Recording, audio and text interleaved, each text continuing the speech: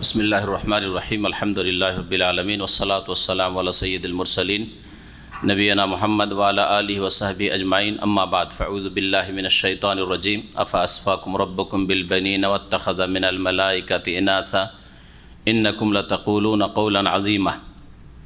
আল্লাহ পাক রব্বুল আলমিনের যাবতীয় প্রশংসা যে আল্লাহ পাক রব্বুল আলমিন একই একক, যার কোনো অংশীদার নেই, যার কোনো সন্তান সন্ততি নেই, যার মাতা পিতা নেই, যিনি ওয়াহদাহু লা শারিক, যিনি সব কিছুই করেন, যার কাজে, যার ইবাদতে, যার নাম গুণাবলিতে কোনো শরিক নেই। সালাত এবং সালাম নাজিল হোক মুহাম্মদ রাসূলুল্লাহ সাল্লাল্লাহু আলাইহি সাল্লামের উপর, যিনি আল্লাহ পাকের বান্দা এবং রসুল। আমাদের তাফসীর হবে সূরা বনী ইসরাঈল বা সূরাতুল ইসরা আয়াত নম্বর 40 থেকে। আল্লাহ পাক রব্বুল আলামিন এই আয়াত এবং এর পরের কয়েকটি আয়াতে তৌহিদ আকীদার বিষয়, আর তারপরে আখিরাত, পরকাল, রিসালাত, এই বিষয়গুলি উল্লেখ করেছেন। আমরা সংক্ষেপে একটু তাফসীর করব যাতে করে আজকে এবং সামনের সপ্তাহে আমরা সূরাতুল ইসরা শেষ করতে পারি। আল্লাহ পাক রব্বুল আলামিন ইরশাদ করেছেন, আফা আসফাকুম রব্বুকুম বিল বানিন, হে কাফের মুশরিকরা, সম্বোধন করেছেন আল্লাহ পাক আরবের মুশরিকদেরকে, কুরাইশদেরকে। রাসূলুল্লাহ সাল্লাল্লাহু আলাইহি সাল্লাম প্রথম যাদেরকে দাওয়াত দেওয়ার জন্য এসেছিলেন রাসূল হে তাদেরকে, কারণ তারা বলতো যে ফেরেশতা মালায়েকারা আল্লাহ পাকের কন্যা, আল্লাহ পাকের মেয়ে। এর খণ্ডন করতে গিয়ে, কারণ এটি হচ্ছে শিরকি কুফরি আকীদা, আল্লাহ পাকের সন্তান সন্ততি সাব্যস্ত করা মানে আল্লাহ পাকের কেউ শরিক রয়েছে, কারণ ছেলে মেয়েরা বাপ মায়ের শরিক হয়ে থাকে। আল্লাহ পাক এই শিরকের খণ্ডন করতে গিয়ে ইরশাদ করছেন যে তোমাদের এই ভ্রান্ত আকীদার ভিত্তিতে তাহলে কি আল্লাহ এরকম করেছেন যে তোমাদের প্রতিপালক আল্লাহ তোমাদেরকে নির্বাচিত করেছেন, মনোনীত করেছেন বিল বানিন, ছেলে সন্তান দিয়ে। আরও মুশরিকেরা মেয়ে সন্তান বরদাস্ত করত না, মেয়ে সন্তান জন্মে গেলে জীবন্ত দাফন করে দিত। আল্লাহ পাক বলছেন যে তোমরা তো নিজেদের জন্য কন্যা সন্তান পছন্দ করো না, আর আল্লাহর জন্য কন্যা সাব্যস্ত করছো ফেরেশতাদেরকে। ওয়াত্তাখাযা মিনাল মালাইকাতি ইনাসা, আল্লাহ নিজেই গ্রহণ করেছেন মালাইকা ফেরেশতাদের মধ্য থেকে মেয়ে সন্তান। আল্লাহ মেয়ে নিয়েছেন, আর তোমাদেরকে যিনি দাতা আল্লাহ তিনি তোমাদেরকে ছেলে দিয়েছেন, মানে তোমরা আল্লাহর কাছে শুধু ছেলে সন্তান চাও। এটা কেমন ভাগ হইল? ইন্নাকুম লাতাকুলুনা কাওলান আযীমা, তাহলে নিঃসন্দেহে তোমরা এ তো বড়ই অপরাধের কথা বলছো। কাওলান আযীমা, বড় ভয়ানক কথা, বড় মারাত্মক কথা বলছো, চরম অপরাধের কথা বলছো। আল্লাহ পাক অন্য আয়াতে বলেছেন যে আলাকুমুজ যাকারু ওয়া লাহুল উনসা, তোমরা শুধু ছেলে সন্তান চাও, ওয়া লাহুল উনসা, আল্লাহর জন্য সাব্যস্ত করো মেয়ে সন্তান। তিলকা ইযান কিসমাতুন দীজা, এটাই যদি হয় তো এ তো বড়ই অন্যায় ভাগ বাটোয়ারা। কেমন ভাগযোগ যে ভাগ করে আল্লাহকে মেয়ে সন্তান দিয়ে দিয়েছো, সাব্যস্ত করেছো আল্লাহর জন্য ফেরেশতারা আল্লাহ পাকের মেয়ে কন্যা, আর তোমরা নিজেরা ছেলে সন্তান চাও। এক কথায় আল্লাহ পাকের শরিক নেই। আর শরিক হওয়ার একটা দিক হচ্ছে আল্লাহ পাকের ছেলে মেয়ে সন্তান সন্ততি হওয়া, লাম ইয়ালিদ ওয়া লাম ইউলাদ। সূরা ইখলাস আল্লাহ পাক এই তাওহীদের আকীদার শিক্ষা দিয়েছেন মানব জাতিকে। ওয়ালাকাদ সাররাফনা ফি হাযাল কুরআনি লিয়াযাক্কারু ওয়া মা ইয়াজিদুহুম ইল্লা নুফুরা। আল্লাহ পাক রব্বুল আলামিন এই আয়াতে বলছেন যে আমি মানব জাতির উদ্দেশ্যে কোরআনে কারিমে একবার নাই একটি বিষয়কে বিভিন্ন ভাষায় বিভিন্ন ভঙ্গিমায় পেশ করে থাকি। আর কোরআনে কারীম যদি অর্থ তাফসীর সহ তেলাওয়াত করেন, একটু গভীরভাবে চিন্তা করে, একটা বিষয় বিভিন্ন জায়গায় আসছে, এর বহু হিকমত রয়েছে। একবার শুধু উল্লেখ করে দিলে মানুষ ভুলে যায়, কিন্তু একটি কথা বিভিন্ন ভঙ্গিমাতে বিভিন্ন ভাষায় যদি পেশ করা হয়, যেমন আল্লাহ পাকের একত্রের তৌহিদের বিষয়, রিসালাতের বিষয়, আখিরাতের বিষয়, জান্নাতের বিষয়, জাহান্নামের বিষয়, আল্লাহ পাকের আযাবের বিষয়, নিয়ামতের বিষয়, হালালের বিষয়, হারামের বিষয়, তারপরে আম্বিয়া রসুলগণের ঘটনাবলী, আর আম্বিয়া রসুলগণের যারা বিরুদ্ধাচরণকারী কাফের জাতি যাদের উপর আল্লাহ পাকের আযাব নেমে এসেছিল তাদের ঘটনাগুলি এক জায়গায় আল্লাহ পাক বর্ণনা করেননি। তাহলে কোরআন কোনো কাহিনীর পুস্তক নয়, কোরআন হচ্ছে উপদেশের গ্রন্থ, তাতে উপদেশ রয়েছে। আর উপদেশের দাবি হচ্ছে একটা কথাকে বিভিন্ন ভঙ্গিমায় বারবার পেশ করা, বিভিন্ন সময়ে পেশ করা। আল্লাহ পাক ওই বিষয়টি বলছেন, ওয়ালাকাদ সাররাফনা ফি হাযাল কোরআন, আর আমি নানানভাবে এই কোরআনে কারীমে বিবৃত করেছি, বর্ণনা করেছি। লিয়াজ্জাক্কারু, কেন বারবার বর্ণনা করেছেন। মূসা আলাইহিস সালামের ঘটনা দেখেন কত জায়গায় রয়েছে, আদম আলাইহিস সালামের ঘটনা কত জায়গায় রয়েছে। হ্যাঁ, এইভাবে আম্বিয়া রসুলগণের আর এইরকমই বিভিন্ন বিষয়গুলি যেগুলি বললাম আল্লাহ পাক বারবার করে বর্ণনা করেছেন। কেন? লিয়াজ্জাক্কারু, যাতে করে মানব জাতি উপদেশ গ্রহণ করে। ওমা ইয়াজিদুহুম ইল্লা নুফুরা, কিন্তু এই কাফের মুশরিক কুরাইশদের ঘৃণা আর পালায়নই বৃদ্ধি করলো এই কোরআনে কারীম। কোরআনে কারীম নাজিল হচ্ছে আর এরা আরও বেশি রাসূলুল্লাহ সাল্লাল্লাহু আলাইহি সাল্লামের কাছ থেকে, মজলিস থেকে, তার দাওয়াত থেকে পালায়ন করছে।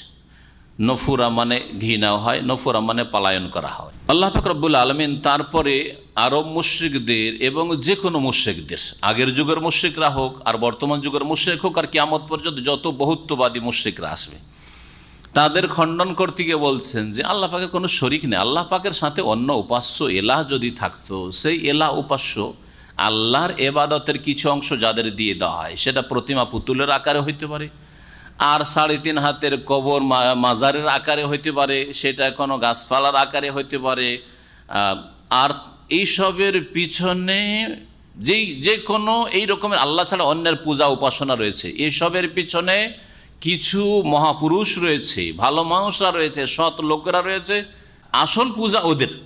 সেগুলি মানুষের মধ্যে থেকে হইতে পারে, জিনদের মধ্যে থেকে হইতে পারে, বা মালাইকা ফেরেশতাদের মধ্যে থেকে হইতে পারে। এই জন্য হিন্দুদের দেবদেবী দেখবেন ভয়ানক, কারণ এগুলি হচ্ছে জিন শয়তানের প্রতিমূর্তি। জিন শয়তান সম্পর্কে কল্পনা করে ওই রকমের মূর্তি তৈরি করা হয়েছে, প্রতিমা তৈরি করা হয়েছে, তারপরে পূজা শুরু হয়েছে। তাহলে এই মাটির পূজা নয়, মাটির একটা প্রতিমার পূজা আসল উদ্দেশ্য নয়। এটা তো যারা বুঝে না, সামনে দেখছে প্রতিমা, প্রতিমার পূজা, কিন্তু প্রতিমার পিছনে জিনের পূজা, শয়তানের পূজা বিদ্যমান। আসলে শয়তানের পূজা করছে, শয়তানের ইবাদত করছে। এই জন্য ইব্রাহিম আলাইহিস সালামের বাপ মূর্তি তৈরি করতেন আর মূর্তি পূজক ছিলেন, মূর্তি পূজার প্রচার প্রসার করতেন। তার সম্পর্কে ইব্রাহিম আলাইহিস সালাম যখন তাকে দাওয়াত দিয়েছেন, ইয়া আবাতে লা তা'বুদিশ শয়তান, হে পিতা শয়তানের পূজা করিয়েন না, অথচ মূর্তি পূজা করছে। কারণ পেছনে এইগুলি হচ্ছে আসলে শয়তানের প্রতিমূর্তি, এগুলির পূজা হচ্ছে। এইরকমই যে এই 3.5 হাতের কবর মাজারের পূজা হচ্ছে, আসলে তো ওই মাজার, ওই মাটিটার পূজা হচ্ছে না, এর পেছনে ওখানে কোনো আল্লাহর ওলি শুয়ে আছে, নেক লোক শুয়ে আছে, আল্লাহ পর্যন্ত একবারে পৌঁছা লোক ছিল, ওলি কামেল ছিল, তার আসলে পূজা হচ্ছে।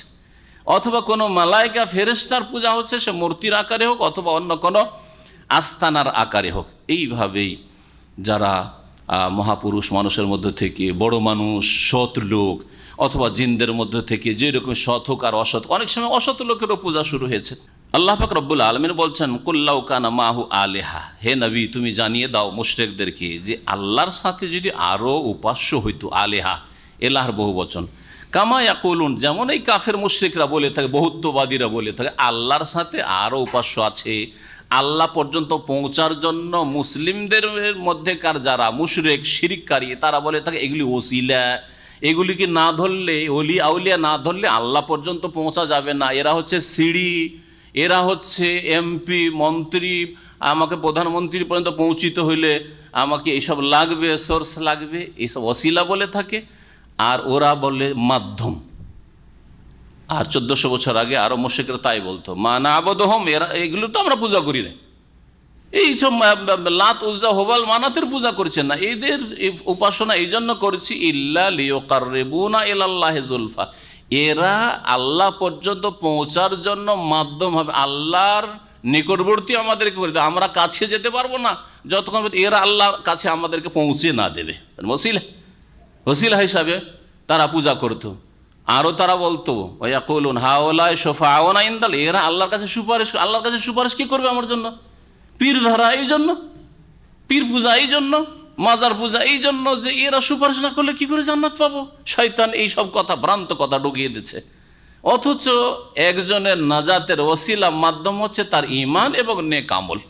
কোরআনে কত জায়গায় আল্লাহ পাক বলেছে, ইন্নাল্লাযীনা আমানু ওয়া আমিলুস সালিহাতি কানাত লাহুম জান্নাতুল ফিরদাউসি নুজুলা ওয়াল আসরি ইন্নাল ইনসানা লাফি খুসর ইল্লাল্লাযীনা আমানু ওয়া আমিলুস সালিহাত ওয়া তাওয়াসাউ বিল হাক্কি ওয়া তাওয়াসাউ বিস সাবর। ইন্নাল্লাযীনা আমানু ওয়া আমিলুস সালিহাতি সায়াজআলু লাহুমুর রহমানু উদ্দা। কত ভাষায় আল্লাহ পাক ঈমান নেক আমল, এইটাই হচ্ছে তোমার ওয়াসিলাই নাজাত, মুক্তির উপায়, এইটাই হচ্ছে তোমার সিঁড়ি আল্লাহ পর্যন্ত পৌঁছার, আল্লাহর নৈকট্য লাভের। কিন্তু ভ্রান্ত পথে পরিচালিত হয়েছে, শয়তানের বিভ্রান্তির শিকার হয়ে মুশরিকরা, বহুত্ববাদীরা। আল্লাহ পাক বলছেন যে হে নবী, তুমি এই মুশরিকদেরকে বলে দাও, লাউ কানা মাহু আলিহা, আল্লাহর সাথে যদি আরও উপাস্য হইতো, যে আরও কেউ আছে, দেবদেবী আছে, আর না হয় ওলি আউলিয়া আছে যাদের সিজদা করতে হবে, যাদের জন্য নজরানা পেশ করতে, যাদের জন্য খাসি মরু জবাই করতে হবে, যাদের জন্য ওরস লাগাইতে হবে, এগুলো যদি থাকে, কামা ইয়াকুলুন, যেমন এই মুশরিকরা বলে থাকে, ইযান লাবতাগাউ ইলা জিল আরশে সাবিলা, তাহলে এরা আরশওয়ালা, জিল আরশ, আরশের অধিপতির নিকটে তারা রাস্তা অন্বেষণ করত, রাস্তা তলাশ করত। কি অর্থ এর দুটো তাফসীর করা হয়েছে। একটি তাফসীর হচ্ছে আব্দুল্লাহ বিন আব্বাস রাদিয়াল্লাহু তাআলা আনহুমা আর প্রখ্যাত তাবি সাঈদ বিন জুবাইর রাহিমাহুল্লাহ, তারা বলছেন যে আল্লাহর সাথে যদি এই দেবদেবীগুলি অথবা ওলিয়া আউলিয়া, গৌস, কুতুব আর আবদাল, এগুলি যদি আলেহা হয়, যে এদেরকেও সেজদা দিতে হবে, এদের জন্য জবাই করতে হবে, এদের আস্তানাতে হাজিরি দিতে হবে, এদের কাছে চাইলে আল্লাহর কাছ থেকে এরা নিয়ে দিবে, এই ক্ষমতা রাখে, আর এরা মারা যায় না, এইসব যদি আসলে থাকে, তাহলে এরাও আলেহা হলো। এরা যদি এলাহ, উপাস্য হয়, যে উপাসনা এবাদত এদেরকে দেওয়া যাবে, তাহলে এরা কি বসে থাকতো? এরা তাহলে কি করত? নিজের ক্ষমতা দেখিয়ে, যেমন এক শাসকের আর এক শাসকের সাথে দ্বন্দ্ব থাকে, স্বাভাবিক, কতদিন কম্প্রোমাইজ করে থাকে, আর তারপরে সবাই নিজের ভূমিকে বিস্তার করার চেষ্টা করে, নিজের ক্ষমতা বাড়াবার চেষ্টা করে। সুতরাং এরা কি করত? আরশের অধিপতি যিনি বারহাক সত্য মাবুদ আল্লাহ, তার পর্যন্ত প্রতিদ্বন্দ্বিতা করে পৌঁছার চেষ্টা করত, আর তাকে প্রতিহত করে, পরাজিত করে তারা বিজয় হওয়ার চেষ্টা করত, তারা। এটা হচ্ছে একটি তাফসীর। তার মানে লড়াই দেখা যেত, কোনো মানব জাতির ইতিহাসে কখনো দেখা যেত যে এই আলেহারা, লাত, উজ্জা, হোবাল, মানাত, অথবা দুর্গা, অথবা দরগাওয়ালারা, এই মাজারওয়ালারা, এরা যদি আল্লাহর সাথে শরিক হতো, তাহলে একদিন দ্বন্দ্ব করে এরা বিজয় লাভের চেষ্টা করত। কেন আরশে আল্লাহ বসে থাকুন, আমরা আরশে বসবো, এই করতো। তাও তো দেখা যায় না। একটি তাফসীর সাহাবাই কেরামদের থেকে বর্ণিত। আর একটি তাফসীর হচ্ছে যে আল্লাহর সাথে যদি অন্য উপাস্য থাকতো, যেমন এই ভ্রান্ত পথের পথিক মুশরিকরা বলে থাকে, তাহলে এরাও সেই আল্লাহর নৈকট্য লাভের চেষ্টা করতো। লাবতাগাউ ইলা জিল আরশি সাবিলা, মানে আরশের অধিপতি পর্যন্ত তারা নৈকট্য লাভের জন্য রাস্তা তলাশ করতো, যে আমরা কি করে আল্লাহর নৈকট্য লাভ করব। এই জন্য আল্লাহ পাক এই বিষয়টিকে এরপরেও বলেছেন যে তোমরা যাদের পূজা করছো, যাদেরকে ডাকছো, এরা নেক লোক ছিল, আর এরা ওইভাবে আল্লাহর নৈকট্য লাভের চেষ্টা করেছেন, যেমন তুমি ভাবছো যে আমি আল্লাহর নিকটবর্তী হব, বরং তোমার চাইতে বেশি আল্লাহর আযাবকে ভয় করতো, তোমার চাইতে বেশি আল্লাহর রহমতের আশাবাদী ছিল। তাহলে এই যাদেরকে উপাস্য বানিয়ে ফেলেছো, এরা যদি নেক লোক হয়, সৎ লোক, এরা যদি সৎ লোক হয়, যেমন মুসলিম উম্মতের মধ্যে যারা নেক লোক রয়েছেন, আম্বিয়া রসুলগণ সম্পর্কে আমরা নিশ্চিত যে আম্বিয়া রসুলগণ সকলের নেক। এখন কেউ যদি নবীর কবরের পূজা করে, তো নবী, আম্বিয়া, রসুলগণ আল্লাহর নিকটবর্তী হওয়ার জন্য সবচাইতে বেশি প্রচেষ্টা চালিয়েছেন, মেহনত করেছে, ইবাদত করেছেন, ঠিক না? এইরকমই জিলানী, চিশতি, যাদের কবরকে তোমরা আস্তানা বানিয়ে ওই সমস্ত কিছু দিচ্ছ যা হিন্দুরা দেবদেবীকে, প্রতিমা পুতুলকে দিয়ে থাকে, তারা বলিদান করে, তোমরা ওরসে খাসি মরু জবাই করছো, তারাও সেজদা করে, তোমরা সেজদা, তারাও ডাকে হরে রাম হরে কৃষ্ণ করে, তোমরা ইয়া গাউসুল আজম মাদাদ, ইয়া গরিব নওয়াজ, হ্যাঁ দস্তগীর অমুক আর তমুক, এই শিরকি কথা, কুফরি কথা বলছে। একই রকম অবস্থা, ভাষার পার্থক্য শুধু। যদি এই হয়, তো তাদের অবস্থা দেখো যে তারাও তো আল্লাহর আযাবকে ভয় করতো, তারা আল্লাহর নৈকট্য লাভের চেষ্টা করতো।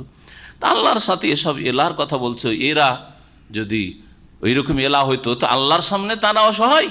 সুতরাং এলা হইল তারা আল্লাহ পাকের নৈকট্য লাভের চেষ্টা করতো, হার মানতে বাধ্য, আল্লাহ পাকের কুদরতের সামনে তারা হার মানতে বাধ্য।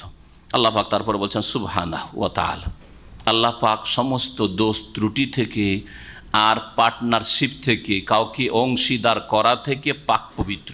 সুবহানাহু, আল্লাহ পাকের পবিত্রতা ঘোষণা করছি, তার কোনো শরিক নেই, শরিক হওয়া থেকে পাক পবিত্র। ওয়া তাআলা, এবং তিনি ঊর্ধ্বে, শরিক থেকে, পার্টনার থেকে অনেক ঊর্ধ্বে, তার কোনো শরিক নেই। আম্মা ইয়াকুলুনা উলুওয়ান কবীরা, আর কাফের মুশরিকরা, বহুত্ববাদীরা যেসব কথা, শিরকি কুফরি কথা বলে থাকে, তা থেকে অনেক ঊর্ধ্বে আল্লাহ পাক রব্বুল, উলুওয়ান কবীরা, অনেক ঊর্ধ্বে আল্লাহ পাক রব্বুল আলামিন। তুসাব্বিহু লাহুস সামাওয়াতুস সাবউ ওয়াল আরদু ওয়া মান ফিহিন, সাত আকাশ এবং জমিন, অমান ফিহিন, আর যা কিছু এর ভিতরে রয়েছে, আসমানে জমিনে, সব কিছুই কি করে? তাসবিহ করে আল্লাহ পাক। তুসাব্বিহু লাহু, আল্লাহ পাকের গুণগান করে, পবিত্রতা ঘোষণা করে। ওয়াইন মিন শাইইন ইল্লা ইউসাব্বিহু বিহামদিহি, আর এমন কিছু নেই, ইন এখানে নায়ের অর্থে, ইনের দুটো অর্থ, একটা হচ্ছে যদি, কিন্তু ইল্লার পূর্বে আসলে ইন মানে না হয়, নায়ের অর্থ হয়। ওয়াইন মিন শাইইন, এমন কিছু নেই, ইল্লা ইউসাব্বিহু বিহামদিহি, যে তা আল্লাহ পাকের প্রশংসা বিজড়িত, পবিত্রতা ঘোষণা করে না, মহিমা করে না। সমস্ত কিছু আল্লাহ পাকের কি করে? তাসবিহ করে এবং তাহমিদ করে, প্রশংসার সাথে সাথে পবিত্রতা ঘোষণা করে। সেই এমন কিছু নেই আল্লাহ পাক রব্বুল বলছেন। ওয়ালাকিন, তবে আমরা যে বুঝতে পারি না, আমরা যে দেখতে পাই না, দেখতে পাই যে কিছু মানুষ আল্লাহ পাকের তসবিহ তাহলিল করছে, জিকির আজকার করছে, আল্লাহকে ডাকছে। জিনকেও তো দেখতে পাই না যে আল্লাহকে ডাকছে না ডাকছে, ফেরেশতাকেও তো দেখতে পাই না, আর বাকি যে গাছপালা ইত্যাদি আর পশু পাখি ইত্যাদি, তা তো দেখতে পাই না, বুঝতে পারি না যে কেমন করে আল্লাহ পাকের তসবিহ করছে, আল্লাহ পাকের প্রশংসা গুণগান করছে। আল্লাহ তাই বলছে, ওয়ালাকিন লা তাফকাহুনা তাসবিহাহুম, তোমাদের বোধ শক্তি অত্যন্ত সীমিত, সুতরাং তোমরা বুঝতে পারো না তাসবিহাহুম, তাদের তসবিহগুলি, তাদের পবিত্রতা ঘোষণা, তাদের তসবিহ তাহলিল তোমরা উপলব্ধি করতে পারো না, বুঝতে পারো না। ইন্নাহু কানা হালিমান গাফুরা, নিঃসন্দেহে তিনি বড়ই সহনশীল। হালিম মানে যিনি অত্যন্ত সহনশীল, যিনি ধৈর্য ধারণ করেন, বরদাস্ত করেন, আল্লাহকে কত কষ্ট দেয়, আল্লাহর বিরুদ্ধে কত বলছে, আল্লাহকে কত গালি দিচ্ছে, আল্লাহ পাকের বিধানের বিরুদ্ধে কত অন্যায় কথা বলছে, তারপর আল্লাহ পাক সাথে সাথে পাকড়াও করতে কোন তাতে ধ্বংস হয়ে যাবে, কিন্তু আল্লাহ পাক ধ্বংস করেন না, তারপরে ছাড় দিয়েছেন। আল্লাহ পাক হালিম, আল্লাহ পাক সবুর, গফুরা, এবং তিনি বড়ই মার্জনাকারী। সুতরাং বড় বড় অপরাধ করার পরেও যদি আল্লাহর কাছে তওবা করে ফিরে আসে, আল্লাহ পাক তওবার প্রশস্ত দরজা খোলা রেখেছেন। আল্লাহ পাকের যেই তসবিহ হয়ে থাকে, এই তসবিহ সম্পর্কে একটি কথা বলবো, সেটা হচ্ছে যে আল্লাহ পাকের তসবিহ সমস্ত সৃষ্টি করে, বুঝেন আর নাই বুঝেন, সমস্ত সৃষ্টি করে। তসবিহ করা দুই পদ্ধতিতে হয়ে থাকে, একটা হচ্ছে লেসানুল মাকাল, আর একটা হচ্ছে লেসানুল হাল। লেসানুল মাকাল মানে বাচনিক তসবিহ করে, জবান দ্বারা তসবিহ করে, আর জবান দ্বারা তসবিহ করে মানুষের জবান, মানুষের ভাষা বুঝেন। আপনার ভাষা ছাড়া যে কয়টা ভাষা আপনি জানেন, এই ভাষাগুলি ছাড়া কেউ যদি চায়না ভাষায় তসবিহ করে, আপনি বাঙালি মানুষ বুঝবেন? রাশিয়ার ভাষায় যদি তসবিহ করে বুঝবেন? বুঝছেন না। ইংলিশ বুঝছেন কিন্তু ফ্রেঞ্চ বুঝছেন, তাহলে মানুষের ভাষায় তো বুঝতে পারেন না, তাহলে পাখির ভাষা কি করে বুঝবেন? পাখি ভোর রাত্রে ডাকছে, মোরগ বাঁক দিচ্ছে, কি বুঝছেন? কিছু বুঝছেন না। হ্যাঁ, কুকুর ডাকছে, বেড়াল ডাকছে, কিছুই বুঝছেন না, তার ভাষায় তসবিহ করছে। ওয়ালাকিন লা তাফকাহুনা তাসবিহাহুম, ওয়ালাকিন লা তাফকাহুনা তাসবিহাহুম, তাদের তসবিহ বুঝো না। এছাড়াও গাছপালা, প্রত্যেকটি আল্লাহ পাকের সৃষ্টির এই অর্থে প্রাণ রয়েছে যে তার যে বিশেষ পদ্ধতি আল্লাহ পাক প্রাণ দিয়েছেন, তা দিয়ে আল্লাহ পাক রব্বুল আলামিনকে ডাকে। লেসানুল মাকাল, তার ভাষাগত দিক থেকে আল্লাহ পাকের তসবিহ করে, আল্লাহ পাকের হামদোসানা করে, গুণগান করে। আর একটা হচ্ছে লেসানুল হাল, অবস্থার তসবিহ, অবস্থার ভাষা। আমরা যেমন আমাদের ভাষায় বলি, কোনো একটা মানুষ কিছুই বলেন, আপনার সামনে এসছে, লেবার একটা এসছে, তোমার অবস্থা বলছে যে তুমি খারাপ লোক, বলি না আমরা? রূপ চেহারাটা দেখে, ওর মন মানসিকতা দেখে বলছে, তোমার অবস্থা বলছে যে তুমি এক নম্বর অলস লোক। হ্যাঁ, এর বিপরীতটা বলি, এই লোকের অবস্থা বলছে যে না, সক্রিয় মানুষ।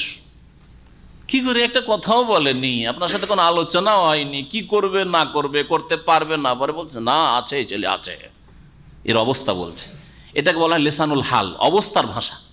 তার অবস্থার ভাষা বলছে এইরকম। তো অবস্থার, প্রত্যেকটি সৃষ্টির যে অবস্থা রয়েছে সৃষ্টিগত, তার অবস্থার ভাষাই তসবিহ করে। ওয়ালাকিন লা তাফকাহুনা তাসবিহাহুম, তাদের তসবিহ তোমাদের বুঝার ক্ষমতা আল্লাহ পাক দেন নাই। ওয়াইযা ক্রাআতাল কুরআন জাআলনা বাইনাকা ওয়া বাইনাল্লাযিনা লা ইউমিনুনা বিল আখিরাতি হিজাবা মাসতুরা। নবী মুহাম্মদ সাল্লাল্লাহু আলাইহি সাল্লামকে সম্বোধন করে আল্লাহ পাক বলছেন, হে নবী মুহাম্মদ সাল্লাল্লাহু আলাইহি সাল্লাম, তুমি যখন কোরআনে পাক তিলাওয়াত করো, জাআলনা বাইনাকা ওয়া বাইনাল্লাযিনা লা ইউমিনুনা বিল আখিরা, তখন তোমার মাঝে আর ওই সব লোকদের মাঝে যারা পরকালে অবিশ্বাসী, পরকালকে বিশ্বাস করে না, তাদের মাঝে কি করে দিই? হিজাবান, একটি পর্দা তৈরি করে দিই। মাস্তুরা, আবরক। মাস্তুরার দুটি তাফসির করা হয়েছে। একটা হচ্ছে মাস্তুরান মানে সাতেরান, এমন পর্দা আমি তৈরি করে দিই, কারণ আল্লাহ পাক সব কিছুর সৃষ্টিকর্তা, এই অর্থে বলা হয়েছে। আর না হলে মানুষ তাদের পাপ কার্যের কারণে পর্দা তৈরি করে নেয়। কোরআনে কারীম তেলাওয়াত করা হচ্ছে, রাসূলুল্লাহ সাল্লাল্লাহু আলাইহি ওয়াসাল্লাম কোরআনে কারীম শোনাচ্ছেন আরব মুশরিকদেরকে, আপনার সামনে দ্বীনের আলোচনা, ইসলামের আলোচনা পেশ করা হচ্ছে, ইসলামের কথা আপনার সামনে পেশ করা হচ্ছে, আপনি মনোযোগী নন, আপনার অনীহা, আপনার ঘৃণা, আপনি মানবেন না, তাহলে আপনার অপকর্ম, আপনার অন্যায় পর্দা সৃষ্টি করেছে। কিন্তু সব কিছুর মালিক যেহেতু আল্লাহ, এই জন্য আল্লাহর সাথে সম্পৃক্ত করে নিজে আল্লাহ বলছেন, যা আল্লাহ আমি করেছি। আল্লাহ পাক জবরদস্তি কারো সামনে কোরআন মানতে গিয়ে আর কোরআনের বিধান পালন করতে পর্দা সৃষ্টি করেন না, যতক্ষণ পর্যন্ত তার পাপাচারগুলি, পাপের কাজগুলি তার পর্দা সৃষ্টি না করে। সে নিজে পর্দা সৃষ্টি করেছে। আল্লাহ পাক বলছেন যে যারা অবিশ্বাসী তাদের মাঝে আর তোমার মাঝে এমন এক পর্দা আমি সৃষ্টি করে দিই, মাস্তুরা, যেটি আবরক, ঢেকে নেই, আর হক কথা, কোরআনের কথা মানে না। আবু জাহাল মানল না, রাসূলের চাচা আবু লাহাব মানল না, আবু তালেব মানল না, আব্বাস মানল, হামজা মানল। চিন্তা করেন, এগুলোও চাচা, এগুলোও চাচা।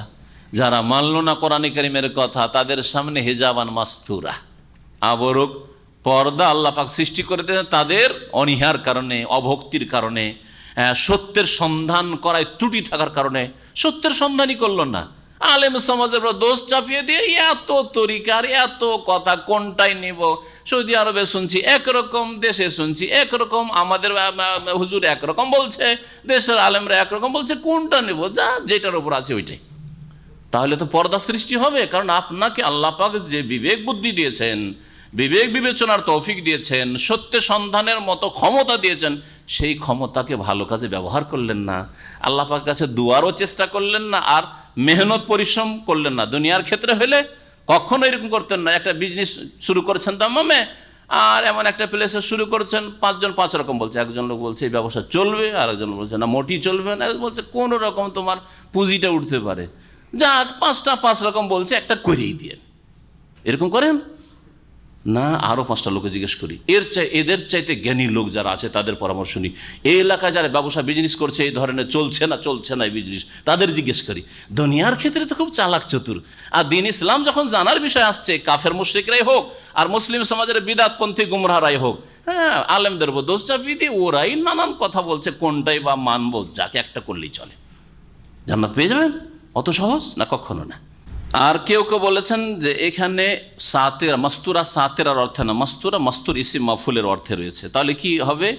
হে নবী, তুমি যখন কোরআন তেলাওয়াত করো, তখন তোমার মাঝে আর যারা অবিশ্বাসী পরকালে, তাদের মাঝে আমি এমন এক আড় তৈরি করে দিই, মাস্তুরা, যা দিয়ে তারা আবৃত হয়ে যায়। হ্যাঁ, মাস্তুরা, আড় তৈরি করে দিই যাতে করে তারা ঢাকা থাকে, অর্থাৎ তোমার পর্যন্ত তাদের অনিষ্ট না পৌঁছে। কোরআনে কারীম কাফেরদের মাঝে রাসূলুল্লাহ সাল্লাল্লাহু আলাইহি ওয়াসাল্লাম শোনাচ্ছেন, আর কত দুর্বল রাসূলুল্লাহ সাল্লাল্লাহু আলাইহি ওয়াসাল্লাম, একা কুলু লা ইলাহা ইল্লাল্লাহ, বলো লা ইলাহা ইল্লাল্লাহ। সমস্ত জাতি মক্কার পৌত্তলিকতায় লিপ্ত রয়েছে, 360টি মূর্তিকে রেখে কাবার চারিদিকে পূজা করছে, যেমন তেমন সাহসের প্রয়োজন। আর তারপরে কি হেফাজত! যারা 13 বছর পরে প্রাণনাশের চেষ্টা করলো, তারা প্রথম বছরে কেন করতে পারে নাই? সহজে মেরে দিতে পারতো। কিন্তু আল্লাহ পাক এমন একটা আড় তৈরি করে রেখে দিয়েছেন যে রাসূলুল্লাহ সাল্লাল্লাহু আলাইহি সাল্লাম পর্যন্ত তাদের অনিষ্ট পৌঁছেনি, কোনো ক্ষয়ক্ষতি করতে পারে না। অন্য আয়াতে এর তাফসীর করে, আল্লাহু ইয়াসিমুকা মিনান নাস, হে নবী তুমি দাওয়াত দিতে থাকো, আল্লাহ মানুষের অনিষ্ট থেকে তোমাকে রক্ষা করবেন, তোমার হেফাজত করবেন। আল্লাহ পাক তারপরে বলছেন, ওয়াজআলনা আলা কুলুবিহিম আকিন্না, আর তাদের হৃদয়ের ওপর আমি আবরণ সৃষ্টি করে দিই। আকিন্না কেনানুনের বহুবচন, কেনান মানে হচ্ছে আবরণ, ঢাকনা। তাদের হৃদয় অন্তরে আমি আবরণ তৈরি করে দিয়েছি। তারা যখন অন্তর দিয়ে হৃদয় দিয়ে ভালো মন্দ যাচাই করেনি, আল্লাহ পাক তখন যেহেতু সৃষ্টিকর্তা সেই হিসাবে বলা হয়েছে তিনি আবরণ সৃষ্টি করেছেন। আইয়াফতাহুহু, যে তারা যেন না বুঝে, বুঝার চেষ্টা করলো না, আবরণ সৃষ্টি হয়ে গেল, বুঝতে পারল না। ওয়াফি আযানিহিম ওয়াকরুন, এবং তাদের কানের ওপর, শ্রবণ শক্তির ওপর আমি এক বোঝা চাপ। ওয়াকর মানে শাব্দিক অর্থ হচ্ছে বোঝা, মানে আমি তাদের বধিরতা দান করেছি, বধিরতা দিয়ে দিচ্ছি। কান শুনেও শোনে না, শোনার পরে যেন বধির ব্যক্তি শোনে না, ওই রকমই শুনেও কোনো কাজে আসলো না, শুনেও কোনো কাজে আসলো না। একে আল্লাহ পাক বলেছেন যখন তাদের শ্রবণ শক্তিকে ভালো কাজে লাগালো না, তাদের অন্তরকে ভালো কাজে লাগালো না, বোঝার চেষ্টা করলেন, আল্লাহ পাক রব্বুল আলামিন এগুলির ওপর পর্দা, আবরণ সৃষ্টি করে দিয়েছেন। ওয়াইদা যাকারতা রাব্বাকা ফিল কোরআনে ওয়াহদাহু, আর হে নবী যখন তোমার প্রতিপালকের কথা শুধু, অহদাহু প্রতিপালকের একত্বের কথা, অহদাহু আশারিক, আল্লাহ একক, আল্লাহর একত্বের কথা যখন কোরআনে কারিমে তুমি আলোচনা করো, কোরআনের আয়াত পড়ে শোনাও তাওহীদের কথা, ওয়াল্লাহু আলা আদবারিহিম নুফুরা, তখন এই কাফের মুশরিকরা তাদের পৃষ্ঠদেশ ফিরিয়ে দিয়ে ঘৃণার সাথে পলায়ন করে, উল্টো দিকে ঘুরে পালাতে শুরু করে, শুনতে চাই না। অথচ রাসূলুল্লাহ সাল্লাল্লাহু আলাইহি সাল্লাম আল্লাহ পাকের কথা বলছেন, এক আল্লাহর কথা বলছেন, এক আল্লাহর কথা শুনতে চায় না। আর আল্লাহ পাকের অসহায় সৃষ্টি মূর্তি, প্রতিমা, পুতুলের কথা বললে খুব খুশি। ওয়াইদা যুকিরাল্লাযীনা মিন দুনিহি ইযা হুম ইস্তাবশিরুন, আল্লাহ বলছেন এই কাফের মুশরিকদের বদ স্বভাব হচ্ছে যে আল্লাহ ছাড়া অন্যের কথা বলো খুব খুশি। আর এই চরিত্র যত মুশরিক পৃথিবীর আছে সকলের, যারা প্রতিমা পুতুলের পূজারী, তাদের সামনে দেবদেবীর গুণগান বয়ান করেন, অমুক দেবী সরস্বতী দেবী বিদ্যা দিতে পারে, আমার ছেলেকে উদ্ধার করে দিচ্ছে, আমার ছেলেকে ডাক্তারি, তাই না? আর মুসলিম সমাজের যারা মুশরিক, আমার ছেলে হইতো না, মেয়ে হইতো না, 15 বছর 20 বছর হয়ে গেছে, আর গেলাম খাজা বাবার দরবারে, তারপরের বছরে ওরা অনেক কিছু দিতে পারে, আর খুশির শেষ না, সুবহানাল্লাহ সুবহানাল্লাহ শেষ নয়। শিরকের কথা বললে কত যে খুশি, জাহুম ইস্তাবশিরুন। আর যদি বলে আল্লাহ পাক ছাড়া কেউ দিতে পারে না, মনটা কালো হয়ে যায়, চেহারাটা একেবারে মলিন হয়ে যায়। কি রে আল্লাহ আল্লাহ করছে, ওলিয়া উলিয়ার ক্ষমতায় সব ছিনিয়ে নিচ্ছে, ওলিয়া উলিয়া দিতে পারে। আরে ওলিয়া উলিয়া মানে দাতা না, ওলিয়া উলিয়া মানে তারা ইবাদত বন্দেগী করেছেন, আল্লাহর খাস বন্ধু হয়েছেন, আপনার জন্য আপনার সামনে রাস্তা খোলা আছে, আপনিও বেশি ইবাদত বন্দেগী করেন, আর আল্লাহ পাকের খাস বান্দা আর খাস বন্ধু হওয়ার চেষ্টা করেন, এই রাস্তা খোলা আছে আপনার সামনে, আমার সামনে, সকলের সামনে। ওলি মানে তো দাতা হয় না, ওলি মানে আল্লাহ পাকের দোস্ত বন্ধু হয়, খাস বান্দা হয়। আল্লাহ পাক রব্বুল আলামিন যেন বোঝার তৌফিক দান করেন। মুশরিকদের বদ স্বভাব আমাদের দেশের কিচ্ছা কাহিনীর বইগুলি, পীরের জীবনী যদি পড়েন, আর যদি 5 ঘন্টার ওয়াজ, আর তাতে শুধু ওলি আউলিয়ার ক্ষমতা, গাইবী ক্ষমতা, এই জাহাজ উদ্ধার করলো, এই উদ্ধার করলো, সেই উদ্ধার করলো, হাজিদেরকে বাঁচিয়ে নিল, আর কাবা ঘরের কুকুর তাড়িয়ে দিল, আগুন লেগেছিল আগুন নিমিয়ে দিল, এই সব যদি বলে সুবহানাল্লাহ সুবহানাল্লাহ, না মন্ত্র তো সুবহানাল্লাহ, কিন্তু আল্লাহর প্রশংসা নাই, ওলি আউলিয়ার প্রশংসা, ওরাই সব কিছু দিতে পারে। কার রোগ ভালো করে দিল, কার ছেলে দিয়ে দিল, কার বালা মুসিবত দূর করে দিল, কার মনের কামনা বাসনা পূরণ করে দিল। আর আল্লাহ দাতা, আল্লাহ পাক দেন যদি বলেন, তো কত যে আপনার ওপর উপাধি লাগবে, রে ওয়াহাবি, আল্লাহ ছাড়া ওলিয়া উলিয়া কিচ্ছু বলে না, কিচ্ছু মানে নাও, হ্যাঁ, আর কত যে মিথ্যা কথা বলা শুরু করবে। আল্লাহ পাক রব্বুল আলামিন বলছেন যে ওয়াইদা যাকারতা রাব্বাকা ফিল কোরআনে ওয়াহদা, হে নবী মুহাম্মদ সাল্লাল্লাহু আলাইহি ওয়াসাল্লাম, তোমার রবের একত্বের কথা কোরআনে কারিমে তুমি যদি আলোচনা করো, উল্লেখ করো, ওয়াল্লাহু আলা আদবারিহিম নুফুরা, তাহলে এই কাফের মুশরিকদের বদস্বভাব হচ্ছে যে তারা পিঠ ফিরিয়ে পালায়ন করে ঘৃণা ভরে। নাহনু আ'লামু বিমা ইয়াস্তামিউনা বিহি ইয ইয়াস্তামিউনা ইলাইক, আল্লাহ পাক বলছেন আমি বেশি জানি, বিমা ইয়াস্তামিউনা বিহি, যে কি উদ্দেশ্য নিয়ে তারা শুনছে, কি শুনছে তারা, ইয ইয়াস্তামিউনা ইলাইহি, যখন তোমার কথা শুনতে আসে। কাফের মুশরিকেরা রাসূলুল্লাহ সাল্লাল্লাহু আলাইহি সাল্লাম যখন কোনো দিনই আলোচনা করতেন, দিনের কথা বলছেন অথবা কোরআনে কারীম পাঠ করছেন, শুনতে আসতো কেউ কেউ, কিন্তু গরজ মানা নয়, গরজ মনোযোগ দিয়ে বুঝা উপলব্ধি করা নয়, কি উদ্দেশ্যে আসছে আমি জানছি। আল্লাহ বলছেন ওয়াইজ হুম নাজওয়া, আর যখন তারা গোপনে আলাপ করে, গোপন আলাপ করে, এক কাফের আর এক কাফের সাথে, এক নেতা আর এক নেতার সাথে, আবু জাহাল, উতবা, শাইবা, রাবিয়ার সাথে, ওয়াইজ হুম নাজওয়া, পরস্পর গোপন আলোচনায় যখন লিপ্ত হয়, তাও জানি কি আলোচনা করছে, ষড়যন্ত্র করছে। ইয ইয়াকুলু যালিমুন, আর এই জালেমরা ওই যখন বলতো ইন তাত্তাবিউনা ইল্লা রাজুলাম মাসহুরা, এ মুহাম্মদের কথা যদি শোনো, মুহাম্মদের কথা যদি মানো, ওই যে কোরআন কোরআন বলছে এইসব কথা যদি মানো, তাহলে এ তো জাদুগ্রস্ত মানুষ ছাড়া আর কিছু নয় গো। জাদুগ্রস্ত লোকেরা কথা শুনবে। কখনো মাসহুর মানে জাদুগ্রস্ত, আর কখন আবার সাহের জাদুকর, এটা পরস্পর বিপরীত কথা নয়। যে জাদু করে আবার জাদুগ্রস্ত কি করে হয়? সাহেরও সেই একই জন, আবার মাসহুরও সেই, সে আবার মজনুন পাগলও, সে আবার কাহেন গণকও, সে আবার কি শায়ের, আবার কবিও, কত নাম। যারা মুশরিক প্রকৃতির লোক, যারা বাতিলপন্থী, তারা ভালো মানুষদের বিভিন্ন খারাপ নাম দিয়ে হেয় প্রতিপন্ন করতে চায়, আর সমাজের লোকদেরকে বিভ্রান্ত করতে চায়, সত্য থেকে দূরে সরাতে চায়। এটা হচ্ছে বাতিলপন্থীর লক্ষণ, বাতিলপন্থীর লক্ষণ। কখনো এইটা বলবে, কখনো এইটা বলবে। আপনার অন্তরে কোন কথা ঢুকিয়ে দিতে পারলে ঘৃণা ছড়াইতে পারে? কোরআন হাদিসের কথা আলোচনা হচ্ছে, সুতরাং ওকে বিভিন্ন নাম দাও, এমন এমন নাম দাও যেটা ঘৃণা, জাতীয়তা উঠিয়ে নিয়ে আসো, আর না হইলে আর কিছু উঠিয়ে নিয়ে আসো, এমন কিছু যে ওই দলের সমর্থক, ওই দল করে, ওই দল করে, যাতে করে লোকেরা ওর কাছ থেকে সরে যায়। এটা হচ্ছে উদ্দেশ্য। আজকাল এইরকম ষড়যন্ত্র বিদআতপন্থীরা করছে। আল্লাহ পাক রব্বুল আলামিন বলছেন যে অনজুর কাইফা দারাবু লাকাল আমসাল, হে নবী তুমি একটু চিন্তা করে দেখো, কাইফা দারাবু লাকাল আমসাল, তোমার জন্য কি কি ধরনের তারা উপমা পেশ করছে। একবার বলছে জাদুগ্রস্ত, একবার বলছে জাদুকর, একবার বলছে কাহিন, একবার বলছে মজনুন, একবার বলছে শায়ের। কেমন কথা! ফদল্লু, সুতরাং এরা পথভ্রষ্ট হয়েছে। ফালা ইয়াস্তাতিউনা সাবিলা, কখনো সঠিক রাস্তা পাবে না, সঠিক রাস্তা পেতে সক্ষম হবে না। ওয়াকালু, এই কাফের মুশরিকেরা আল্লাহর তৌহিদ একত্বকে অস্বীকার করতো আর পরকালকে অস্বীকার করতো। পুনরুত্থান, উঠতে হবে মাটি থেকে, সরে গলে পচে গিয়ে আবার আল্লাহ পাক যে উঠাবেন, উঠতে হবে, এই কথাও বিশ্বাস করতো না। দাবিদার ছিল ইব্রাহিমের ধর্ম মানি, ইব্রাহিমের ধর্মে আখিরাতের প্রতি ঈমান ছিল না।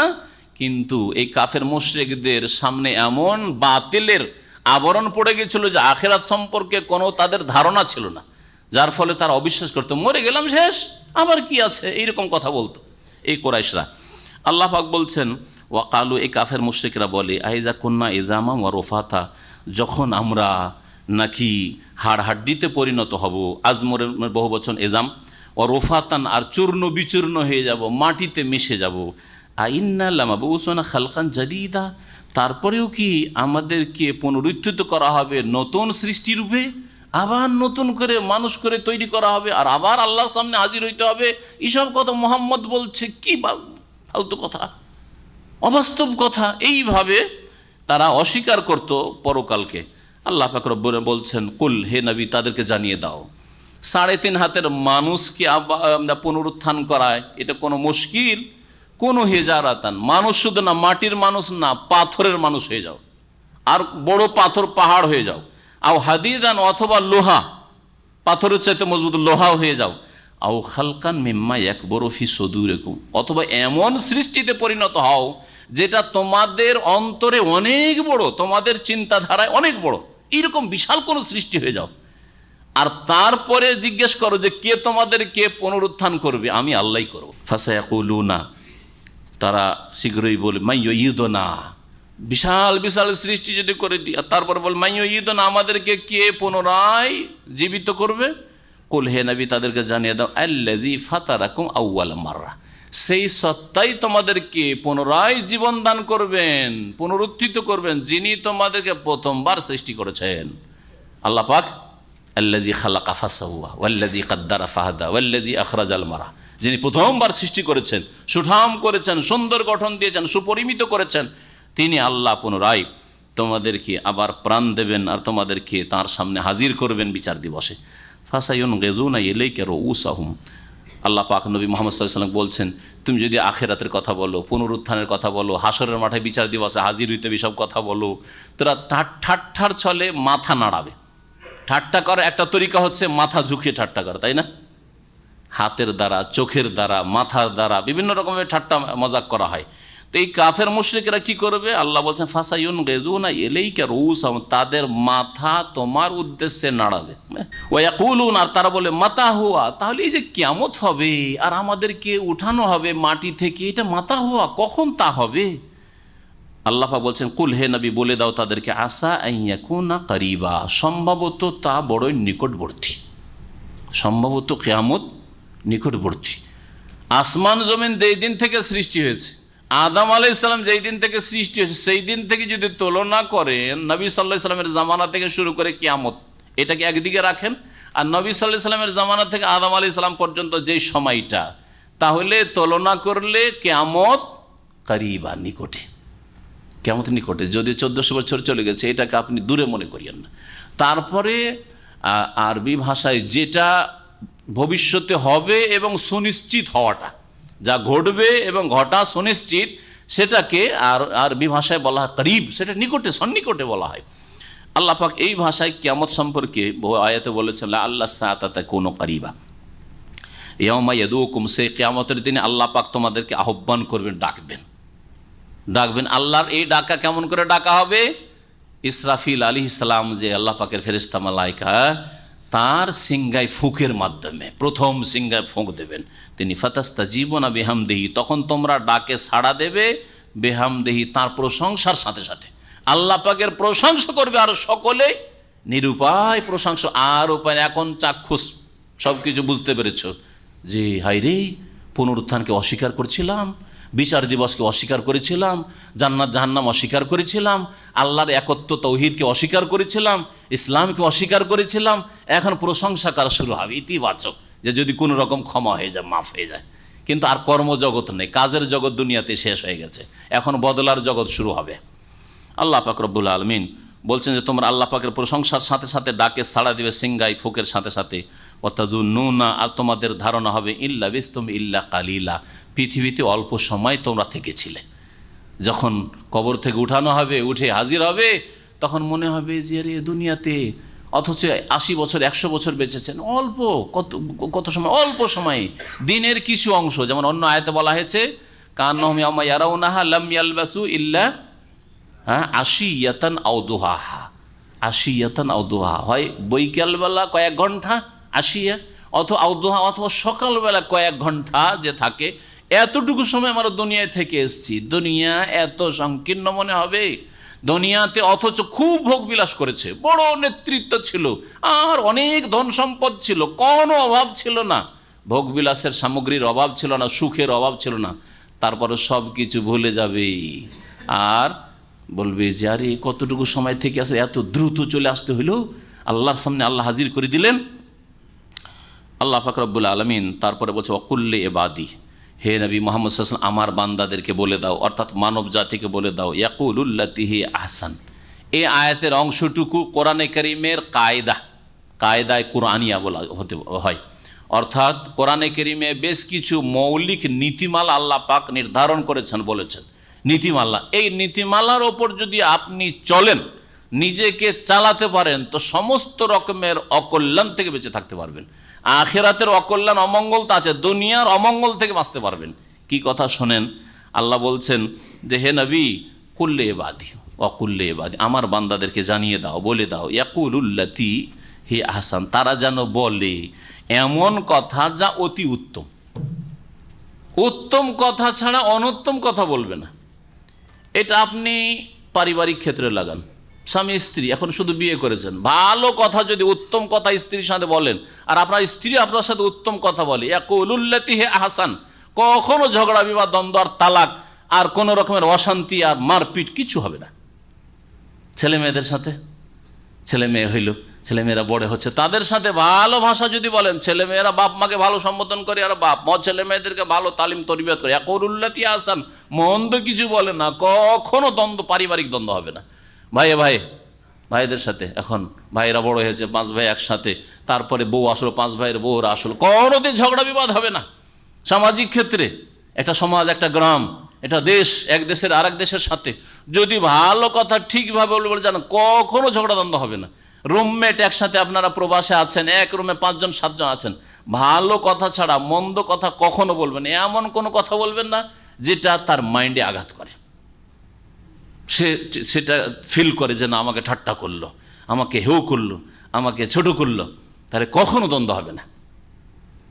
আপনার অধীনে যদি একটা ক্লিনার ও টি বয়ও থাকে, আর যদি তাকে খারাপ ভাষায় বলেন, ঘৃণা ছড়াবে না? ছড়াবে না? হয়তো সে বাধ্য নিরুপায় আপনাকে চা পানি এনে দিয়ে দিবে, সব কিছুই করে দিচ্ছে, ক্লিনও করে দিচ্ছে, কিন্তু তার অন্তরে ঘৃণা ভরা আছে। একটু আপনার যদি ক্ষতি করতে পারে তো ক্ষতি করতে ছাড়বে না ও। আর ক্ষতি নাও যদি করে, কারো দ্বারা ক্ষতিগ্রস্ত আপনি হয়তো খুশি হবে। রাস্তায় দুর্ঘটনা, অ্যাক্সিডেন্ট, গাড়ি অ্যাক্সিডেন্ট হয়েছে, ক্লিনার খুশি, ভালো হয়েছে, বসের, বলবে না? বলবে না? হ্যাঁ, মনে মনে তো বলবে, প্রকাশ না করে মন বলছে তার। সুবহানাল্লাহ। বিশেষ করে দাম্পত্য জীবনে যদি আপনি ইয়াকুলুল্লাতি আহসান এই কায়দার উপর আমল করেন, কখনো অশান্তি ঘটবে না। অনেক মূর্খ লোকেরা রয়েছে, বাসর রাতে প্রথম বিবিকে আনার পরে সারা রাত শুধু জিজ্ঞাসাবাদ, মনে হচ্ছে সিআইডি তদন্তে লেগে গেছে। সারা জীবনে তার স্ত্রী কার সাথে প্রেম করেছে, কার সাথে লেখাপড়া করেছে, কার সাথে স্কুল কলেজ ইউনিভার্সিটিতে গেছে, কার সাথে আসতো, কি করতো না করতো। আরে ভাই, তো বিয়ে কেন করেছো তুমি? বিয়ে কেন করেছো? অতীত ভুলে যান, এখন এখান থেকে নতুন পাতা শুরু করেন আপনি, আর অতীতের খোঁজ খবর নেওয়া শুরু করবেন বেকুফের মতো। বহু ঘটনা আমাদের কাছে আসেই। প্রথম রাতে চমকে গেছে স্ত্রী, না এর সাথে বাস করা যাবে না, আরে বাপরে, আমার সিআইডি তদন্ত শুরু করে দিয়েছে, আজকে থেকে তদন্ত। আর তারপরে কি শয়তানি, অনেক লোক এইরকম ধোকা দিয়েছে স্ত্রীকে, যে তোমার হাতে হাত দিয়ে বলছি, শপথ করে বলছি, তুমি বলে দাও সত্য কথা, কিছু হয়েছে নাকি? কিছুই করব না, তোমাকে কিছুই বলবো না, আর কিছুই করব না। আর তারপরে ফতুয়া জিজ্ঞেস, আমাকে ফতুয়া জিজ্ঞেস করছে যে এইরকমভাবে স্ত্রী আমার স্বীকার করে নিয়েছে যে কারোর সাথে প্রেম ছিল, আর তার নাউজুবিল্লাহ কুকাজ হয়েছে, স্বীকার করে নিয়েছে। এখন যে আমার অন্তরে ঘৃণা আমি রাখতে পারছি না, অন্তরকে মানিয়ে নিতে পারছি না যে রাখবো। কেন জিজ্ঞেস করলেন আপনি এগুলি কথা? এত সিআইডি তদন্ত কেন শুরু করলেন আপনি? এই জন্যই বালা মুসিবত, মানসিক অশান্তি আপনার ওপর এসেছে। বিয়ে করেছেন, আসল হচ্ছে যে সে সতী, আসল হচ্ছে সতী। তার আগে দেখে শুনে বিয়ে করেন, বিয়ে হবে, পর্দা ঘরে বিয়ে করেছেন, আর তারপরে এসে বাসর রাতে আপনি সিআইডি তদন্ত শুরু করে দেবেন। কলেজে মাস্টার ডিগ্রি করেছে, আর তারপরে বিয়ে করছেন আপনি, আর সে 25 বছর বয়সে মহিলা আপনার ঘরে আসছে, আর আপনি তারপরে তার তদন্ত শুরু করে দিবেন। হ্যাঁ, এটা হবে? অশান্তি নিজে আপনি নিয়েছেন। ইয়াকুলুল্লাতি আহসান, ইতিবাচক কথা বলেন, ভালো কথা বলেন, তাকওয়া আসুক, পরহেজগারি আসুক, নামাজ আসুক, আল্লাহর ভয় আসুক, আগামী জীবনটা তার সুন্দর হোক, আর আপনিও সুখে থাকেন, সেও সুখে থাক, এইরকম করেন। আর যদি অশান্তির কথা বললেন, এইরকমই অনেক সময় বংশ তুলে গাল দেওয়া। স্ত্রী কিছু বলছেন না, কিন্তু স্ত্রীর সামনে ওর ভাইকে গাল দিচ্ছেন, ওর বোনকে গাল দিচ্ছেন, ওর মাকে গাল দিচ্ছেন, ওর বাপকে গাল দিচ্ছেন। আপনার বাড়িতে থাকছে, আপনার অধীনে, সে যেন কিছু বলতে পারছে না, কিন্তু অন্তরে শত্রুতা, শত্রুতা না হলে ঘৃণা, যে কোন জালেম স্বামী আমার মাকে গাল দেয়, আমার বাপকে গাল দেয়, আমার ভাইকে গাল দেয়, কখনো বরদাস্ত করবে না। কথা লম্বা হয়ে যাচ্ছে, কিন্তু আমি এগুলিতে মানুষের হেদায়েত রয়েছে, শুধু তর্জমা করে দিলে আয়াতটা বুঝতেন না। ইয়াকুলুল্লাতি আহসান, ভালো কথা বলবেন, যে এই ভালো কথাই সুসম্পর্ক গড়ে ওঠে। আপনি সাথীদের সাথে আছেন আর রহস্য করছেন, বেশি মজাক করা ভালো না। এমন রহস্য করছেন যে সে ফিল করতে লাগলো, অনুভব করতে লাগলো যে আমাকে এ ছোট মনে করছে, আমাকে একেবারে হেউ মনে করছে, যার ফলে আমাকে নিয়ে খেলতামাশা করছে, ঠাট্টা করছে, যখন তখন এরকম অনুভূতি তার তৈরি হয়ে গেল। তখন আপনাকে ঘৃণা করা শুরু করলো, তখন আপনার কষ্ট হইলে সে খুশি বোধ করা শুরু করলো, সম্পর্কে ফাটল ধরলো। আল্লাহ পাক যেন এই বিষয়গুলি বুঝার তৌফিক দান করেন। এই জন্য বললাম যে আল্লাহ পাকের কোরআনে নীতিমালা হচ্ছে ইয়াকুলুল্লাতি আহসান, ভালো কথা বলেন আপনি, বরং শুধু ভালো না, আহসান ইসিন তাফজিল, অতি উত্তম কথা বলেন, যেটা সবচাইতে ভালো সেই কথা বলেন। আর সবচাইতে ভালো কথা শুরু করবেন তৌহিদ দিয়ে, রসুলের তরিকা সুন্নত দিয়ে, আল্লাহ ভীরুতা তাকওয়া দিয়ে, দ্বীনের দাওয়াত, ইসলামের দাওয়াত দিয়ে, কারণ জাহান্নাম থেকে রক্ষা করছেন তাদের, এটা সবচেয়ে ভালো কথা। অমান আহসান কওলান মিম্মান দা ইলাল্লাহ, আল্লাহর দিকে ডাকার চাইতে ভালো কথা আর কিছু হইতে পারে না, এটা সবচেয়ে ভালো কথা। সুতরাং কোনো মানুষ যদি একটা টাকা দিয়ে কখনো সাহায্য না করতে পারেন, কিন্তু তাকে একটা নেক আমলের রাস্তা দেখে সাহায্য করেছেন, এটা সবচেয়ে বড় উপকার করেছেন আপনি, সবচেয়ে বড় তার ইহসান করেছেন।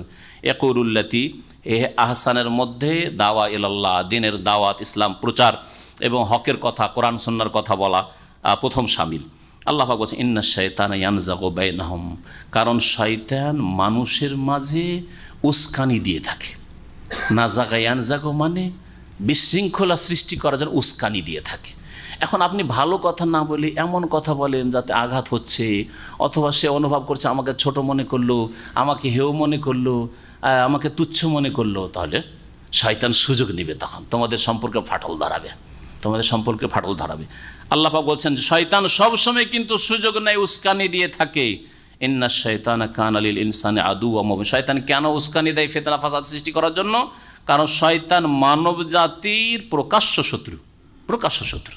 প্রথম মানুষ আদম আলাইহিস সালামের সাথে বড় শত্রুতা করেছে, আর কিয়ামত পর্যন্ত এই মানব জাতির বিরুদ্ধে তার শত্রুতা চলতে থাকবে। যাকে যেমনভাবে পেরেছে তাকে সেইভাবে ক্ষতিগ্রস্ত করেছে শয়তান। আল্লাহ পাক রব্বুল তার বলছে রব্বুকুম আ'লামু বিকুম ইয়াশা ইয়ারহামকুম, তোমাদের প্রতিপালক সবচেয়ে বেশি জানেন তোমাদের সম্পর্কে। ইয়াশা ইয়ারহামকুম, যদি আল্লাহ চান তোমাদের উপর দয়া করবেন। আও ইয়াশা ইউআযিবকুম, আল্লাহ যদি চান তোমাদেরকে শাস্তি দেবেন। ওমা আরসালনাকা আলাইহিম ওয়াকিলা, হে নবী মুহাম্মদ সাল্লাল্লাহু আলাইহি ওয়াসাল্লাম, তোমাকে তাদের ওপর কর্তৃত্ব দিয়ে পাঠাইনি, তাদের ওপর তোমাকে কর্মবিধায়ক করে দায়িত্বশীল করে পাঠাইনি, দারোগা করে পাহারাদার করে পাঠাইনি যে তুমি জবরদস্তি কিছু করবে। বরং আল্লাহ পাক রব্বুল আলামিন ভালো জানেন যে কে হেদায়েত হবে আর আল্লাহ রহমত পাবে, আর কে হেদায়েত হবে না, সুতরাং আল্লাহ পাকের আযাব আসবে, আর কাকে আল্লাহ তৌফিক দেবেন আর দেবেন না, এটা আল্লাহ পাকের কাজ। এই আয়াতে ইসলাম প্রচারের ক্ষেত্রে একটা সুন্দর আদব শেখানো হয়েছে। সেটা হচ্ছে যে আপনি নিজেকে সব সময় বড় করে পেশ করবেন না। ইসলামের দাওয়াত দিচ্ছেন, আপনি নিজেকে ছোট করে পেশ করবেন। আপনি যদি এইভাবে পেশ করেন যে আপনি একেবারে পাক্কা মুসলিম আর এরা সব জাহান্নামী, না, এইরকম ধরনের ভাষা ব্যবহার করবেন না। এই জন্য জাহান্নাম শব্দটি ব্যবহার করা গুনাহগারদের ক্ষেত্রে, আর তারপরে কাফের শব্দটি ব্যবহার করা, তার এই ধরনের ভাষাগুলি ব্যবহার করা থেকে যথাসাধ্য বেঁচে থাকবেন, যথাসাধ্য বেঁচে থাকবেন। কারণ এতে হচ্ছে কি, আপনি যেন একমাত্র মুসলিম, বাকি সব কাফের, আপনি একমাত্র জান্নাতি আর বাকি সব কাফের আর জাহান্নামী, না না, এতে হবে কি, ঘৃণা ছড়াবে, কবুল করবে না, সাদর গ্রহণ করবে না। আল্লাহ পাক ভালো করে জানেন যে কাফের মুশরিকদের উপর রহম হবে না আযাব হবে, বলুন তো দেখি। আল্লাহ কি জানেন না যে কাফের মুশরিকদের উপর যদি শিরকের অবস্থায় মারা যায় তো রহম হবে আল্লাহ পাকের? আল্লাহ পাক আখিরাতের রহমতকে হারাম করেছেন কাফের মুশরিকের জন্য, তাই না? তারপর আল্লাহ পাক বলছেন রব্বুকুম আ'লামু বিকুম, তোমাদের প্রতিপালক সবচেয়ে বেশি মানব জাতি সম্পর্কে, তোমাদের সম্পর্কে জানেন। ইয়াশা ইয়ারহামুকুম, আল্লাহ চাইলে রহম করবেন, কাফের রহম হবে? তো আল্লাহর রহম করার তরিকা হচ্ছে, আল্লাহ রহম করা হচ্ছে আল্লাহ হিদায়াতের তৌফিক দেবেন, নেক আমলের তৌফিক দিবেন, শিরক বিদআত থেকে তওবা করার তৌফিক দেবেন, ফরজ ওয়াজিবাত আদায় করার তৌফিক দেবেন, আল্লাহ পাকের রহমত হবে। তাহলে আপনি ছাড় দিয়ে যেন বলছেন, কাফেরকেও সম্বোধন করতে বলছেন আল্লাহ ভালো জানেন কার উপরে রহম হবে। হইতে পারে আপনার উপর আল্লাহর রহমত হবে, হইতে পারে আপনার আল্লাহর রহমত হবে, হ্যাঁ হইতে পারে। যে একটা কাফের যাকে আপনি ইসলামের দাওয়াত দিচ্ছেন, একটা কবর পূজারী যাকে ইসলামের তাওহীদের দাওয়াত দিচ্ছেন, একটা বিদআতি যাকে সুন্নতের দাওয়াত দিচ্ছেন, একটা বেনামাজি যাকে নামাজের দাওয়াত দিচ্ছেন, ওই লোকটির নামাজ ধরে নিল, তওবা করে নিল, শিরক ছেড়ে দিল, বিদআত ছেড়ে দিল, দিন ইসলাম সাদরে গ্রহণ করলো, কোরআন সুন্নাহ গ্রহণ করলো, আর নেক হয়ে দুনিয়া থেকে বিদায় নিল। আর হতে পারে আপনার মতো হতভাগা, আল্লাহ না করে আমাদের কাউকে হতভাগা করে, যে হতভাগা যেই লোকটি দাওয়াত দিচ্ছিল 2-4-10 দিন পরে, 2-4-10 বছর পরে সে গুমরাহ হয়ে গেল। হতে পারে না? হতে পারে নাকি? আত্মহত্যা করলো, হতে পারে না? নেক আমল করার পর আত্মহত্যা করলো, আরও কত কি হইলো, পাপে লিপ্ত হয়ে গেল। অনেক লোককে দেখা গেছে যৌবনকালে কখনো ব্যভিচারে লিপ্ত হয়নি, আর 50-60 বছর বয়সে গিয়ে ব্যভিচারে লিপ্ত। আরে ভাগ্য খারাপ না? ভাগ্য খারাপ না? তো হইতে পারে যে যাদেরকে নেক আমলের দাওয়াত দিয়েছেন ওরা হেদায়েত হয়েছে, আল্লাহর রহম পেয়েছে, রহমত পেয়েছে, রহম করেছেন, আর তোমার মতো হতভাগা যে মানুষকে দিনের দাওয়াত দিয়েছে তুমি গুমরাহ হয়ে গেছো। আল্লাহ পাক রব্বুল আলামিন বলছেন আও ইয়াশা ইউআযিবকুম, হতে পারে আল্লাহ পাক আযাব দেবেন, আল্লাহর ইচ্ছা। এবং আল্লাহ পাক রব্বুল, হে নবী তোমাকে মানুষের ওপর দায়িত্বশীল করে আল্লাহ পাঠান নাই। ও রব্বুকা আ'লামু বিমান ফিস সামাওয়াতি ওয়াল আরদ, আল্লাহ পাক রব্বুল আলামিন সবচেয়ে বেশি জানেন ওই সমস্ত সম্পর্কে, ওই সমস্ত মানুষ, জিন এবং ফেরেশতা সম্পর্কে যারা আকাশে রয়েছে, ওয়াল আরজে, আর যারা জমিনে রয়েছে। ওয়ালাকাদ ফাদ্দালনা বাযান নাবিয়িনা আলা বায, আর নিঃসন্দেহে আমি কতক নবী রসুলকে শ্রেষ্ঠত্ব দান করেছি, মর্যাদা দিয়েছি, আলা বায কতক রসুলের ওপর। আল্লাহ পাক এক রসুলকে আর এক রসুলের ওপর ফজিলত শ্রেষ্ঠত্ব দান করেছেন, এটা আল্লাহ পাকের নীতিমালা। আল্লাহ পাক সকল নবী রসুলকে সমান করেননি, আর এক একজনকে এক এক রকমের বৈশিষ্ট্য দিয়েছেন, হয়তো অন্যকে তা দেননি। ও আতাইনা দাউদা জাবুরা, আর উদাহরণস্বরূপ আমি দাউদ আলাইহিস সালামকে জাবুর দিয়েছি, যে জাবুরে ছিল সুন্দর সুন্দর উপদেশের কিতাব এই জাবুর ছিল। আর তাওরাতে ছিল হুকুম আহকাম, বিধিবিধান। তার এক এক কিতাবের এক এক বৈশিষ্ট্য, এক এক রসুলের এক এক বৈশিষ্ট্য। দাউদ আলাইহিস সালামকে অত্যন্ত সুন্দর মধুর সুর দিয়েছিলেন, সুন্দর কণ্ঠ তার ছিল। মানুষ তো শুনতো পশু পাখি চলে আসতো শোনার জন্য। তাহলে চিন্তা করেন, আল্লাহ পাক দাউদ আলাইহিস সালামকে বৈশিষ্ট্য দিয়েছেন, আবার মূসা আলাইহিস সালামকে বৈশিষ্ট্য দিয়েছেন। আল্লাহ পাক কথা বলেছেন তার সাথে, কাল্লাম আল্লাহ মূসা তাকলিমা। ঈসা আলাইহিস সালামকে আল্লাহ পাক বৈশিষ্ট্য দিয়েছেন যে মৃতদেরকে জীবিত করতেন, বেইজনিল্লাহ বলতেন আল্লাহর হুকুমে। আর পীরেরা বলে বেইজনি আমার হুকুমে উঠতে হবে। তাহলে পীর তো ঈসার থেকে বড় হয়ে গেল, ঠিক কিনা? হ্যাঁ, কোন পীরের তরিকা আছে জানেন কি? জানেন? হক্কানি, দেশি হক্কানি তো তরিকার কিতাবে আছে। জি হ্যাঁ, ভেদে মারেফাত ইয়াদে খোদাই। হ্যাঁ, হক্কানি তরিকা। কোন তরিকা? চরমনের তরিকাতে আছে। ঈসা আলাইহিস সালাম বেইজনিল্লাহ দিয়ে উঠালেন, আর চরমনার এক পীর বলছে কুম বেইজনি আমার হুকুমে উঠো, মরাকে জিন্দা করে দিল। আরে মোহাম্মদ রাসূলুল্লাহ সাল্লাল্লাহু আলাইহি ওয়াসাল্লাম করতে পারলেন না? না আবু বকর, উমর, উসমান, আলী পারলেন না? তোমাদের ইমাম সাহেব, ইমাম আজম আবু হানিফাই পারলেন? আছে না? শাফি না মালিক আহমদ না ইমাম বুখারী করলেন এসব কাজ? আর এই ভণ্ডরা কুম বেইজনি আমার হুকুমে উঠতে হবে, আর নিজেই খোদা হয়ে বসে আছে। আর হবে না কেন? এরা তো খোদাতে আল্লাহতে বিলীন হয়ে যায়, লয় হয়ে যায়। হ্যাঁ, যিনি আল্লাহ তিনি ওই পীর হয়ে যান। আল্লাহর পীরে কোনো পার্থক্য থাকে না। আর আনাল হক বলা শুরু করে, এটার নাম ইসলাম, এটার নাম তাদের কাছে ইসলাম। এই ইসলাম ভারত থেকে জগা খিচড়ি হয়ে গেছে, এটা মদিনার ইসলাম নয়। ভালো করে শুনে, এটা মদিনার ইসলাম না। আল্লাহ পাক রব্বুল আলামিন বলছেন যে আমি এক রসুলকে, এক নবীকে আর এক নবীর ওপর ফজিলত দান করেছি। আর সমস্ত নবীদেরকে আল্লাহ পাক যা দিয়েছেন এগুলির সবগুলির কিছু না কিছু রাসূলুল্লাহ সাল্লাল্লাহু আলাইহি ওয়াসাল্লামের মধ্যে মওজুদ রয়েছে। এই জন্য সবচেয়ে শ্রেষ্ঠ রাসূল মুহাম্মদ রাসূলুল্লাহ সাল্লাল্লাহু আলাইহি ওয়াসাল্লাম। আল্লাহ পাক রব্বুল আলামিন এই আয়াত নাযিল করেছিলেন যখন কাফের মুশরিকরা মক্কার বলল যে আল্লাহ যদি নবী পাঠাবেন আর রসুল পাঠাবেন, তা আবার ইয়েতিম ছেলেকে কেন? গরিবের ঘরে, ইয়েতিমের ঘরে। তাইফের নেতারা ছিল, মক্কার নেতারা ছিল, নেতা যারা পয়সাওয়ালা, যাদের দাপট রয়েছে সমাজে, তাদেরকে নবী বানাইতেন। আল্লাহ পাক বলছে এ ফজিলত দাও আল্লাহ পাকের কাজ। কাকে আল্লাহ পাক মর্যাদা দান করবেন না না দেবেন, এটা আল্লাহ পাকের কাজ, এটা তোমাদের কাজ নয়। আল্লাহ পাক তারপরে বলছেন কুলিদুল্লাযিনা জামতুম মিন দুনিহি, হে নবী বলে দাও উদউল্লাযিনা জামতুম মিন দুনিহি, আল্লাহ ছাড়া অন্য উপাস্য সম্পর্কে তোমাদের যে ধারণা যে তারা তোমাদের উপাস্য, তোমাদের দিতে পারে, রোগ ভালো করতে পারে, বালা মুসিবত দূর করতে পারে, সে প্রতিমা পুতুল হোক যেমন মুশরিকদের পত্তলিকদের রয়েছে, অথবা কবর মাজার হোক যেমন মুসলিম সমাজের শিরককারীদের রয়েছে। উদউল্লাযিনা জামতুম মিন দুনি, আল্লাহ ছাড়া যাদের সম্পর্কে তোমাদের ধারণা যে এরা তোমাদের আলেহা উপাস্য, ওদেরকে ডাকো দেখি, ওদেরকে আহ্বান করো, ডাকো তো দেখি। ফালা ইয়ামলিকুনা কাশফাদ দুররি আনকুম, আল্লাহ ঘোষণা করছেন যে শুনে রাখো, এরা তোমাদের অনিষ্ট, বিপদ, দুঃখ দূর করতে পারে না। তোমাদের রোগ বা বালা মুসিবত, বিপদ আপদ দূর করতে পারে না, দূর করার মালিক নয়। ওয়ালা তাহবিলা, আর তা ফিরাতেও পারে না। একজনের রোগ আর একজন পর্যন্ত ফিরিয়ে দেবে, এক এলাকার রোগকে আর এক এলাকায় ফিরিয়ে দেবে, এই ক্ষমতাও তারা রাখে না। এই সমস্ত আল্লাহ পাকের কাজ, এই হচ্ছে তৌহিদ। কিন্তু যারা শিরকি আকীদা রাখে, তাদের ধারণা যে মাজারে গেলে রোগ ভালো হয়, মাজারে গেলে বালা মুসিবত দূর হয়, মাজারে গেলে মনস্কামনা পূরণ হয়, খাসি মুরগ জবাই করলে এই হাসিল হয়, নজরানা পেশ করলে এই হাসিল হয়, এগুলি শিরকি কথা, কোরআনের বহু আয়াত বিরোধী কথা। আল্লাহ পাক বলছেন উলাইকাল্লাযিনা ইয়াদুন, ওই সব লোকেরা যাদেরকে এরা আহ্বান করে, যাদেরকে ডাকছো। কেউ হরে রাম হরে কৃষ্ণ করে ডাকছো, আর কেউ লাত হোবাল বলে ডাকছো, ওলো হোবাল এই বলে ডাকছো। যেমন ওহুদের যুদ্ধে কাফের মুশরিকরা এই স্লোগান দিয়েছিল। আর কেউ বলছে ইয়া গৌসুল আজম, হ্যাঁ বড় পীরকে গৌসুল আজম, আর যে চিশতিকে গরিব নামাজ, গরিবের দাতা বলে ডাকছো। আল্লাহ বলছেন যে যাদেরকে তোমরা ডাকছো ইয়াবতাগুনা ইলা রাব্বিহিমিল ওয়াসিলা, এরাই তো তাদের প্রতিপালক পর্যন্ত নৈকট্য তলাশ করে। ভালো করে শুনুন, ওয়াসিলা মানে আল কুরবা। ওসিলা মানে কি? আরবিতে আল কুরবা, নৈকট্য। আল্লাহর নৈকট্য তারাই তো সন্ধান করে। নবী রসুল থেকে শুরু করেন, জিলানি চিশতির আগে আম্বিয়া রসুলগণ, তারাও আল্লাহর নৈকট্য তলাশের জন্য ঈমান আমলকে সুন্দর করেছেন। তাহাজ্জুদ পড়তে পড়তে মুহাম্মদ রাসূলুল্লাহ সাল্লাল্লাহু আলাইহি সাল্লাম পা ফুলিয়ে দিয়েছেন, পা ফেটে গেছে। এই কথাগুলি হাদিসে নেই। কি কিসের জন্য?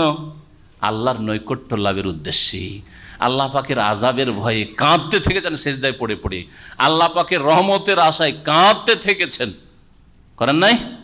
আল্লাহ পাক তো তাই বলছেন যে যাদেরকে ডাকো তোমরা আল্লাহকে বাদ দিয়ে, ইয়াবতাগুনা ইলা রাব্বিহিমিল ওয়াসিল, আল্লাহর নৈকট্য সন্ধান করে তারা। আইয়ুহুম আকরাব, যে তাদের কে অধিক নিকটবর্তী হতে পারে, কে আল্লাহর বেশি নৈকট্য প্রাপ্ত হতে পারে। ওয়ায়ারজুনা রাহমাতাহ, এবং আল্লাহ পাকের রহমতের তারা আশা আকাঙ্ক্ষা করে যে আল্লাহর রহমত পাবো, সেই জন্য ইবাদত বন্দেগীতে মেহনত করছি। ওয়ায়াখাফুনা আযাবাহু, এবং আল্লাহর আযাবকে তারা ভয় করে। শুনে রাখেন, এখানে দুটি কথা বলল। একটা কথা যে বান্দার দুটো ডানা আছে, মানুষের কি আছে? দুটো ডানা। একটা হচ্ছে আশার ডানা, আশার, এই হাতের ডানা বলছি না, কিসের ডানা? আশা আকাঙ্ক্ষা, আল্লাহর কাছে রহমতের আশা রাখবেন, ইয়ারজুনা রহমাতা। আর একটা ডানা পাখা হচ্ছে কিসের? ভয়ের, ভয় ভীতির ডানা। ইয়াখাফুনা আযাব, আল্লাহর আযাবকে ভয় করে। দুটো ডানা যদি পাখির থাকে তাহলে উড়তে পারি, আর দুটো ডানার একটা ডানা যদি ভেঙে যায় আছাড় খেয়ে পড়ে। ঠিকই তেমনি কোনো মুসলিমের বা কোনো মানুষের যদি শুধু একটা থাকে দুটোর মধ্যেই, তাহলে সে কখনো মুসলিম হতে পারবে না, কখনো সৎকর্মশীল হতে পারবে না। যেমন কেউ যদি শুধু আশাই করে আল্লাহ গফুরুর রহিম, আল্লাহ 100টা খুন করেছে তাকেও আল্লাহ মাফ করেছেন। আল্লাহ যদি আবু সুফিয়ানকে মাফ করতে পারেন, হিন্দার মতো মহিলা যে রসুলের চাচার কলিজাকে চিবিয়েছে আর হার বানিয়েছে, মালা বানিয়েছে, তাকেও যদি ইসলামের তৌফিক দিয়ে আল্লাহ মাফ করতে পারেন, তো আমাকে কেন মাফ করবেন? সেই জন্য ব্যভিচার করতে আছে, সুদ খেতে আছে, হারাম খেতে আছে, শিরিক করতে আছে, পাপ করতে আছে, চলবে? তাহলে শুধু আশা আছে, ভয় নেই, আল্লাহর আযাবের ভয় নেই। একটা ডানা থাকলে আছাড় খেয়ে পড়বে, জাহান্নামে যাবে। আছাড় খেয়ে কোথায় পড়বে? জাহান্নামে পড়বে। আর একটা ডানা হচ্ছে শুধু ভয়, ভয় করা, শুধু ভয়। এত ভয় লাগে আল্লাহর আযাবকে, জাহান্নামকে এত ভয় লাগে, কবর আযাবকে এত ভয় লাগে, এত ভয় লাগে। আর আশা একেবারে নিরাশ, হতাশ, আল্লাহ পাকের রহমত থেকে একেবারে নিরাশ। আল্লাহ বলছেন লা তাকনাতু মির রাহমাতিল্লাহ, আল্লাহর রহমত থেকে নিরাশ হইও না। আমল করো, ইমান সুন্দর করো, নেক আমল করো, ফরজ ওয়াজিব আদায় করো, সুন্নত মুস্তাহাব আদায় করো, হারাম নাজায়েজ থেকে বেঁচে থাকো, আর আল্লাহর আযাবকে ভয়ও করো, আর রহমতের আশাও রাখো। তা না করে শুধু ভয় করছেন আর আল্লাহর রহমত থেকে নিরাশ হয়ে যাচ্ছে। আমার মতো পাপী তাপিকে আল্লাহ মাফ করবেন? কখনো মাফ করবেন না। মাফ হবে না, তাহলে কি করব? আত্মহত্যা করে। হবে না? হবে না, মাফ হবে না। তাহলে আর আমল করে লাভ? নামাজ পড়ছি, নামাজ পড়ে মাফই হবে না, এত গুনাহ করেছি, মাফই হবে না, তো নামাজ পড়ে লাভ, নামাজ ছেড়ে দিই। হবে না? হবে না। তাহলে বাকি জীবনটা আর কি করব? এতদিন পাপ, সারা জীবনটা 60 বছর পাপ করলাম, আর 2-4 বছর বাঁচবো কি আর বাঁচবো না? নামাজ ধরে লাভটা কি? আর তওবা করে লাভটা কি? আল্লাহর রহমত থেকে নিরাশ হয়ে পড়ে জাহান্নামে যাবে না? যাবে না? জাহান্নামে আছাড় খেয়ে পড়বে। তো দুটো ডানা ঠিক রাখতে হবে, আল্লাহর রহমতের আশাও রাখবেন, আল্লাহ গফুরুর রহিম এটাও রাখবেন। আর আল্লাহ পাক রব্বুল আলামিন কঠোর শাস্তিদাতা, ওয়া আন্না আযাবি হুয়াল আযাবুল আলীম, ইন্না বাতশা রাব্বিকা লাশাদীদ। আল্লাহর পাকড়াও বড় শক্ত, আল্লাহর আযাব বড় শক্ত। আল্লাহ আযাব দেবেন, আল্লাহর আযাবকে ভয় করে। আল্লাহ জাহান্নাম তৈরি করে রেখেছেন, কবরের জীবনে শাস্তি রয়েছে। দুটোই থাকতে হবে। আর একটি কথা এখানে বলবো, দুটি কথার একটি কথা বললাম, এটা যে মুমিনের ডানা হচ্ছে দুটি, তাহলে মুমিন হইতে পারবেন। আর দ্বিতীয় যে বিষয়টি বলবো, সুফিরা, পীর ভণ্ডরা শিখায় যে আমরা আল্লাহর ইবাদত বন্দেগী করছি কিসের জন্য? আল্লাহর প্রেমে, আল্লাহর ইশকে, ইশকের জন্য করছি। অথচ ইশক হচ্ছে চরিত্রহীনদের কাজ। ইশক মানে প্রেম করা, বেয়াদবি কথা। তারপরেও ধরলাম মহব্বতি, ধরে আল্লাহর মহব্বতে, আল্লাহর প্রেমে কি করছে তারা? বলছে আমরা ইবাদত করি, আল্লাহর ইবাদত করি কিসের জন্য? আল্লাহর প্রেমে। ওরা বলছে আল্লাহর ভয়ও না, আল্লাহর আযাবের ভয়ও না, আর আল্লাহ পাকের রহমতের জান্নাতের আশা নিয়ে না। এই জন্য তার রাবিয়া বসরি কিনেছে এক হাতে আগুন আর আর এক হাতে পানি। ভণ্ডামি, এক হাতে আগুন আর এক হাতে পানি, এই হচ্ছে ভণ্ডামি। কথা বুঝলেন না? কি? আর লোকেরা জিজ্ঞাসা করেছে কি ব্যাপার, আপনি পানি আর আগুন নিয়ে কোথায় যাচ্ছেন? বলছে আমি যাচ্ছি, আমি আজকে যারা জান্নাতের আশায় ইবাদত বন্দি করে নামাজ রোজা করে, তাদের জান্নাতকে আমার এই আগুন দিয়ে কি করব? পুড়িয়ে ছারখার করে দেব। আর যারা জাহান্নামের ভয়ে কি করে? আল্লাহর ইবাদত করে, নামাজ রোজা করে, ওই জাহান্নামকে এক লোটা পানি দিয়ে নিভিয়ে দেব। নাউযুবিল্লাহ। এই কিচ্ছা যখন আমাদের দেশের বক্তারা বয়ান করে, মাশাআল্লাহ কত সুন্দর বক্তা, ওলিয়া ওলিয়া রাবিয়া বাসরি আল্লাহর এত বড় ওলি ছিলেন, কিন্তু এটা যে ইসলাম বিরোধী কথা, কুফরি কথা, কোরআনের আয়াত বিরোধী কথা। ইয়ারজুনা রাহমাতাহু ওয়া ইয়াখাফুনা আযাবা। ইবাদত বন্দেগী কেন করবেন? রহমতের আশায়, আর ইয়াখাফুনা আযাবা, আর আযাবের ভয়ে। কোরআন তো বলছে, আম্বিয়া রাসূলগণ সম্পর্কে আল্লাহ বলছেন ইউসারিউনা ফিল খায়রাত ওয়া ইয়াদউনানা রাগাবান ওয়া রাহবা। আল্লাহ বলছেন নবী রাসূলগণ আমাকে ডাকে কিসের জন্য? রাগাবান, আল্লাহর রহমতের আগ্রহী আশাবাদী হয়ে, ও রাহাবান, আল্লাহর আযাবের ভয় ভীতিতে। দুটোই থাকতে হবে। ইসলাম শিখাচ্ছে কিছু, আর পীর মুরিদি শিখাচ্ছে আর কিছু। তারপরেও পীর মুরিদি হচ্ছে হক, আর হক্কানি পীর আর ইসলাম। আল্লাহ পাক যেন বুঝার তৌফিক দান করেন। তওবা করেন পীর মুরিদি থেকে, আর আল্লাহ পাকের কাছে দোয়া করেন আল্লাহ পাক পীর মুরিদির খপ্পর থেকে ভারত উপমহাদেশকে, বাংলাদেশকে, পাকিস্তানকে আল্লাহ পাক বাঁচাক। আর মুসলিম দেশ, যেসব দেশে সুফিজম গ্রাস করে শিরক কুফরিতে লিপ্ত করেছে, কবর মাজারে লিপ্ত করেছে, আর বাতিল ইসলামের নয় বাতিল ধর্ম পালন করেছে, আল্লাহ পাক তাদেরকে হেদায়েত দান করেন। আর তাদের অনিষ্ট থেকে আল্লাহ পাক মুসলিমদেরকে, সাদা সিধা মানুষকে আল্লাহ পাক যেন হেফাজত। আল্লাহ পাক রব্বুল আলামিন বলছেন ইন্না আযাবা রাব্বিকা কানা মাহজুরা, নিঃসন্দেহে নবী মুহাম্মদ সাল্লাল্লাহু আলাইহি ওয়াসাল্লাম তোমার প্রতিপালকের আযাব ভয়াবহ। মাহজুরা মানে ভয় করার মতো বা ভয়াবহ। ওয়াইম মিন কারিয়াতিন ইল্লা নাহনু মুহলিকুহা ক্বাবলা ইয়াউমিল কিয়ামাতি আও মুআযযিবুহা আযাবান শাদীদ। আল্লাহ পাক বলছেন এমন কোনো জনপদ নেই, এমন কোনো জনপদ নেই যে যাকে আমি ধ্বংস করব না কিয়ামতের পূর্বে। কিয়ামতের পূর্বে আল্লাহ ধ্বংস করবেন। একটা ধ্বংস করা হচ্ছে যে যখন কিয়ামত হবে, আল্লাহ কিয়ামতের আগে আল্লাহ দুনিয়াকে ধ্বংস করে দেবেন। আর আরেকটা হচ্ছে যদি কোনো জনপদ বা জনপদের অধিবাসীর, জনপদ বলতে জনপদের অধিবাসী দেশবাসীকে বোঝানো হয়েছে, আল্লাহর প্রতি ঈমান না নিয়ে আসে, পরকালে বিশ্বাসী না হয়, সৎকর্মশীল না হয়, যদি কুফরি করে, বিরুদ্ধাচরণ শিরক করে, তো আল্লাহ পাক সেই জাতিকে, সেই জনপদকে ধ্বংস করবেন, যেমন আল্লাহ যুগে যুগে করেছেন। সেখানকার মানুষকে ধ্বংস করবেন। তারপরে মতের মাধ্যমে তো ধ্বংস হবে, আর আল্লাহর সামনে আসামির কাঠগড়ায় হাজির হবে। আও মুআযযিবুহা আযাবান শাদীদা, অথবা তাদেরকে আমি কঠোর শাস্তি দেবো। কানা যালিকা ফিল কিতাবে মাসতুরা, এটা আল্লাহ পাকের কিতাবে লিখিত রয়েছে, লিপিবদ্ধ রয়েছে। আল্লাহ পাকের কিতাব মানে লৌহে মাহফুজ, সুরক্ষিত ফলকে লিপিবদ্ধ রয়েছে। আল্লাহ পাক লিখে রেখেছেন এই কথা যে যে কোনো জাতিকে একদিন কিয়ামত হবে, আল্লাহ ধ্বংস করবেন। আর যদি অপরাধ করে আল্লাহ পাক সেই জাতিকে কঠোর শাস্তি দেবেন, অথবা মৃত্যু মুখে পতিত হবে, আর তারপর আল্লাহর সামনে জবাবদেহি করতে হবে। ওমা মানাআনা নুরসিলা বিল আয়াত ইল্লা আন কাযযাবা বিহাল আউয়ালুনা ওয়া আতাইনা সামুদান নাকাতা মুবসিরাতান ফাযালামু বিহা। আল্লাহ পাক রব্বুল আলামিন ইরশাদ করছেন এখানে এই আয়াতে মুজিজা সম্পর্কে। নবী করিম সাল্লাল্লাহু আলাইহি ওয়াসাল্লামের কাছে আরব মুশরিকরা, মক্কার কুরাইশরা বলল, হে মুহাম্মদ তুমি যে নবী হয়ে এসেছো, তো সাফা পাহাড়কে আমাদের জন্য স্বর্ণ করে দাও, আমরা ধনী হয়ে যাবো, রাতারাতি বড় লোক হয়ে যাবো, গোটা সাফা পাহাড় স্বর্ণ করে দাও। আর বলল যে হে নবী মুহাম্মদ সাল্লাল্লাহু আলাইহি ওয়াসাল্লাম তুমি যদি নবী এসেছো, তো এক কাজ কর, না হয় আর একটা মুজিজা দাও আমাদেরকে, যে মক্কা চারিদিকে পাহাড়ে ঘেরা, আর এই পাহাড়ের কারণে, পাথরের কারণে আমাদের কোনো ফসল, কোনো কিছু আমরা জন্মাতে পারছি না। ওই তায়েফ থেকে দু চারটা ফলমূল আসলে খেতে পাবো, আর না হলেও সামদেশ থেকে কিছু আসবে তাহলে খেতে পাবো। এখানে কোনো ফসল জন্মায় না, কোনো বাগান হয় না। তো এক কাজ করো, সমস্ত পাহাড়গুলিকে তোমার ক্ষমতা দিয়ে তুমি সরিয়ে দাও তো দেখি, তোমার আল্লাহ যে আছে আর পরকাল আছে, আর তুমি যে ইসলাম সত্য দিন নিয়ে এসছো, তো তুমি করে দাও তো। আল্লাহ পাক করতে পারবেন না? পারতেন না? আল্লাহ ওর জবাব বলছেন, এই কাফের মুশরিকেরা যে এই মুজিজা চেয়েছিল, এই দুটো মুজিজা বিশেষ করে, এর জবাবে আল্লাহ বলছেন দেখো মুজিজা আসেনি মানে আল্লাহ রহম করেছেন তোমাদের উপর।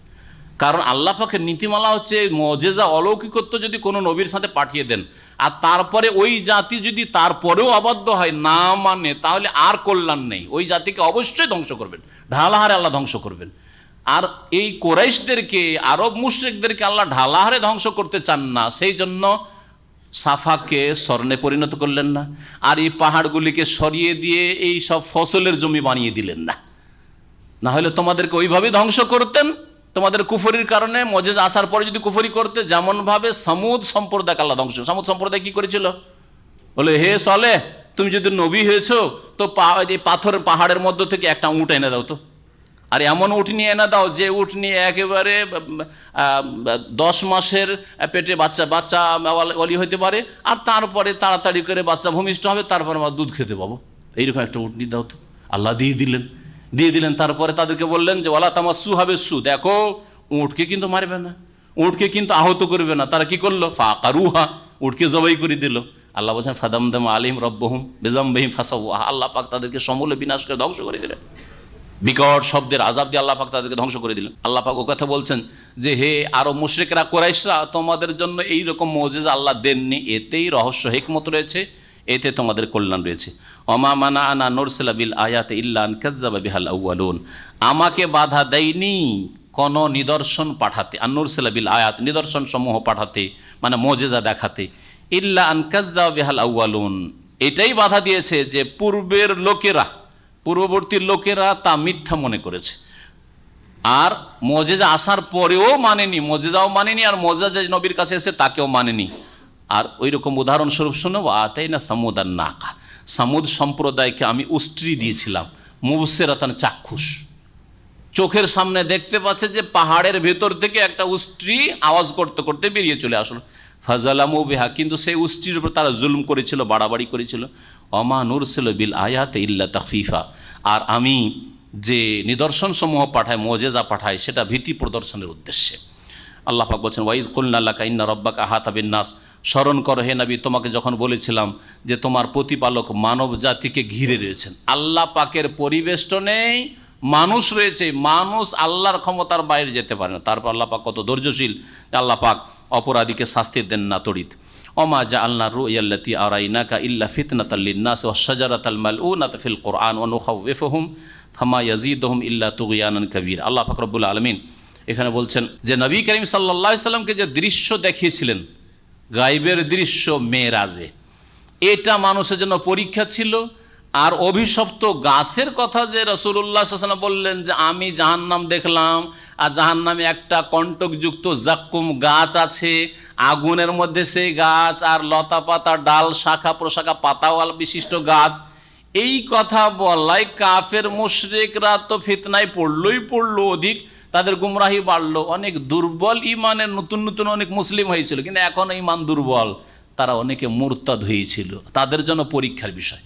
আল্লাহ বলছেন যে মুজিজা নবীকে যে দিয়েছিলাম এতে পরীক্ষা, আর মুজিজাতে যে অনেক কিছু নবীকে দেখানো হইল, বাইতুল মুকাদ্দাস গেলেন, আবার 7 আসমানের উপরে গেলেন, অনেক কিছু দেখেন, এগুলি কথা যখন বয়ান করলেন অনেকের জন্য ফিতনার কারণ হয়ে গেল, তারা ইমান বিমুখ, ইসলাম বিমুখ হয়েছিল।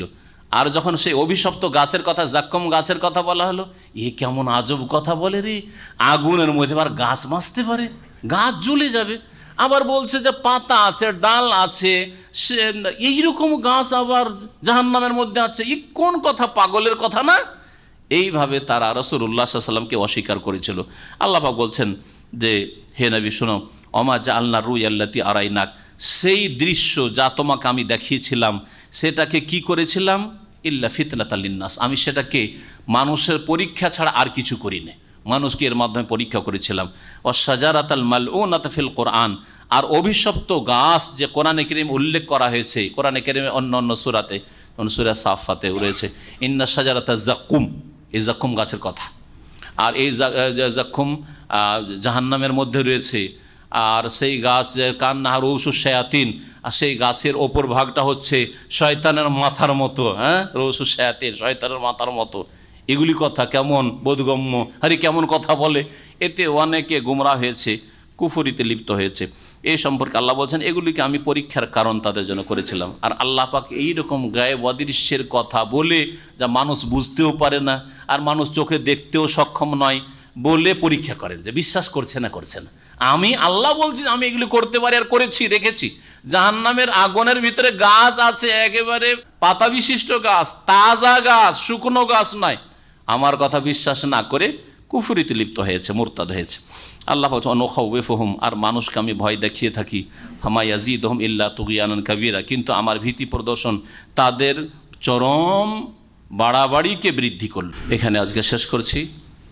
আর আল্লাহ পাক রব্বুল আলামিন যেন আমাদের ভুল ভ্রান্তি মাফ করে দেন, আমাদের কথায় কাজে কোরআন কারীমের যে আলোচনা করলাম তাতে যদি ভুল আল্লাহ মাফ করে দেন।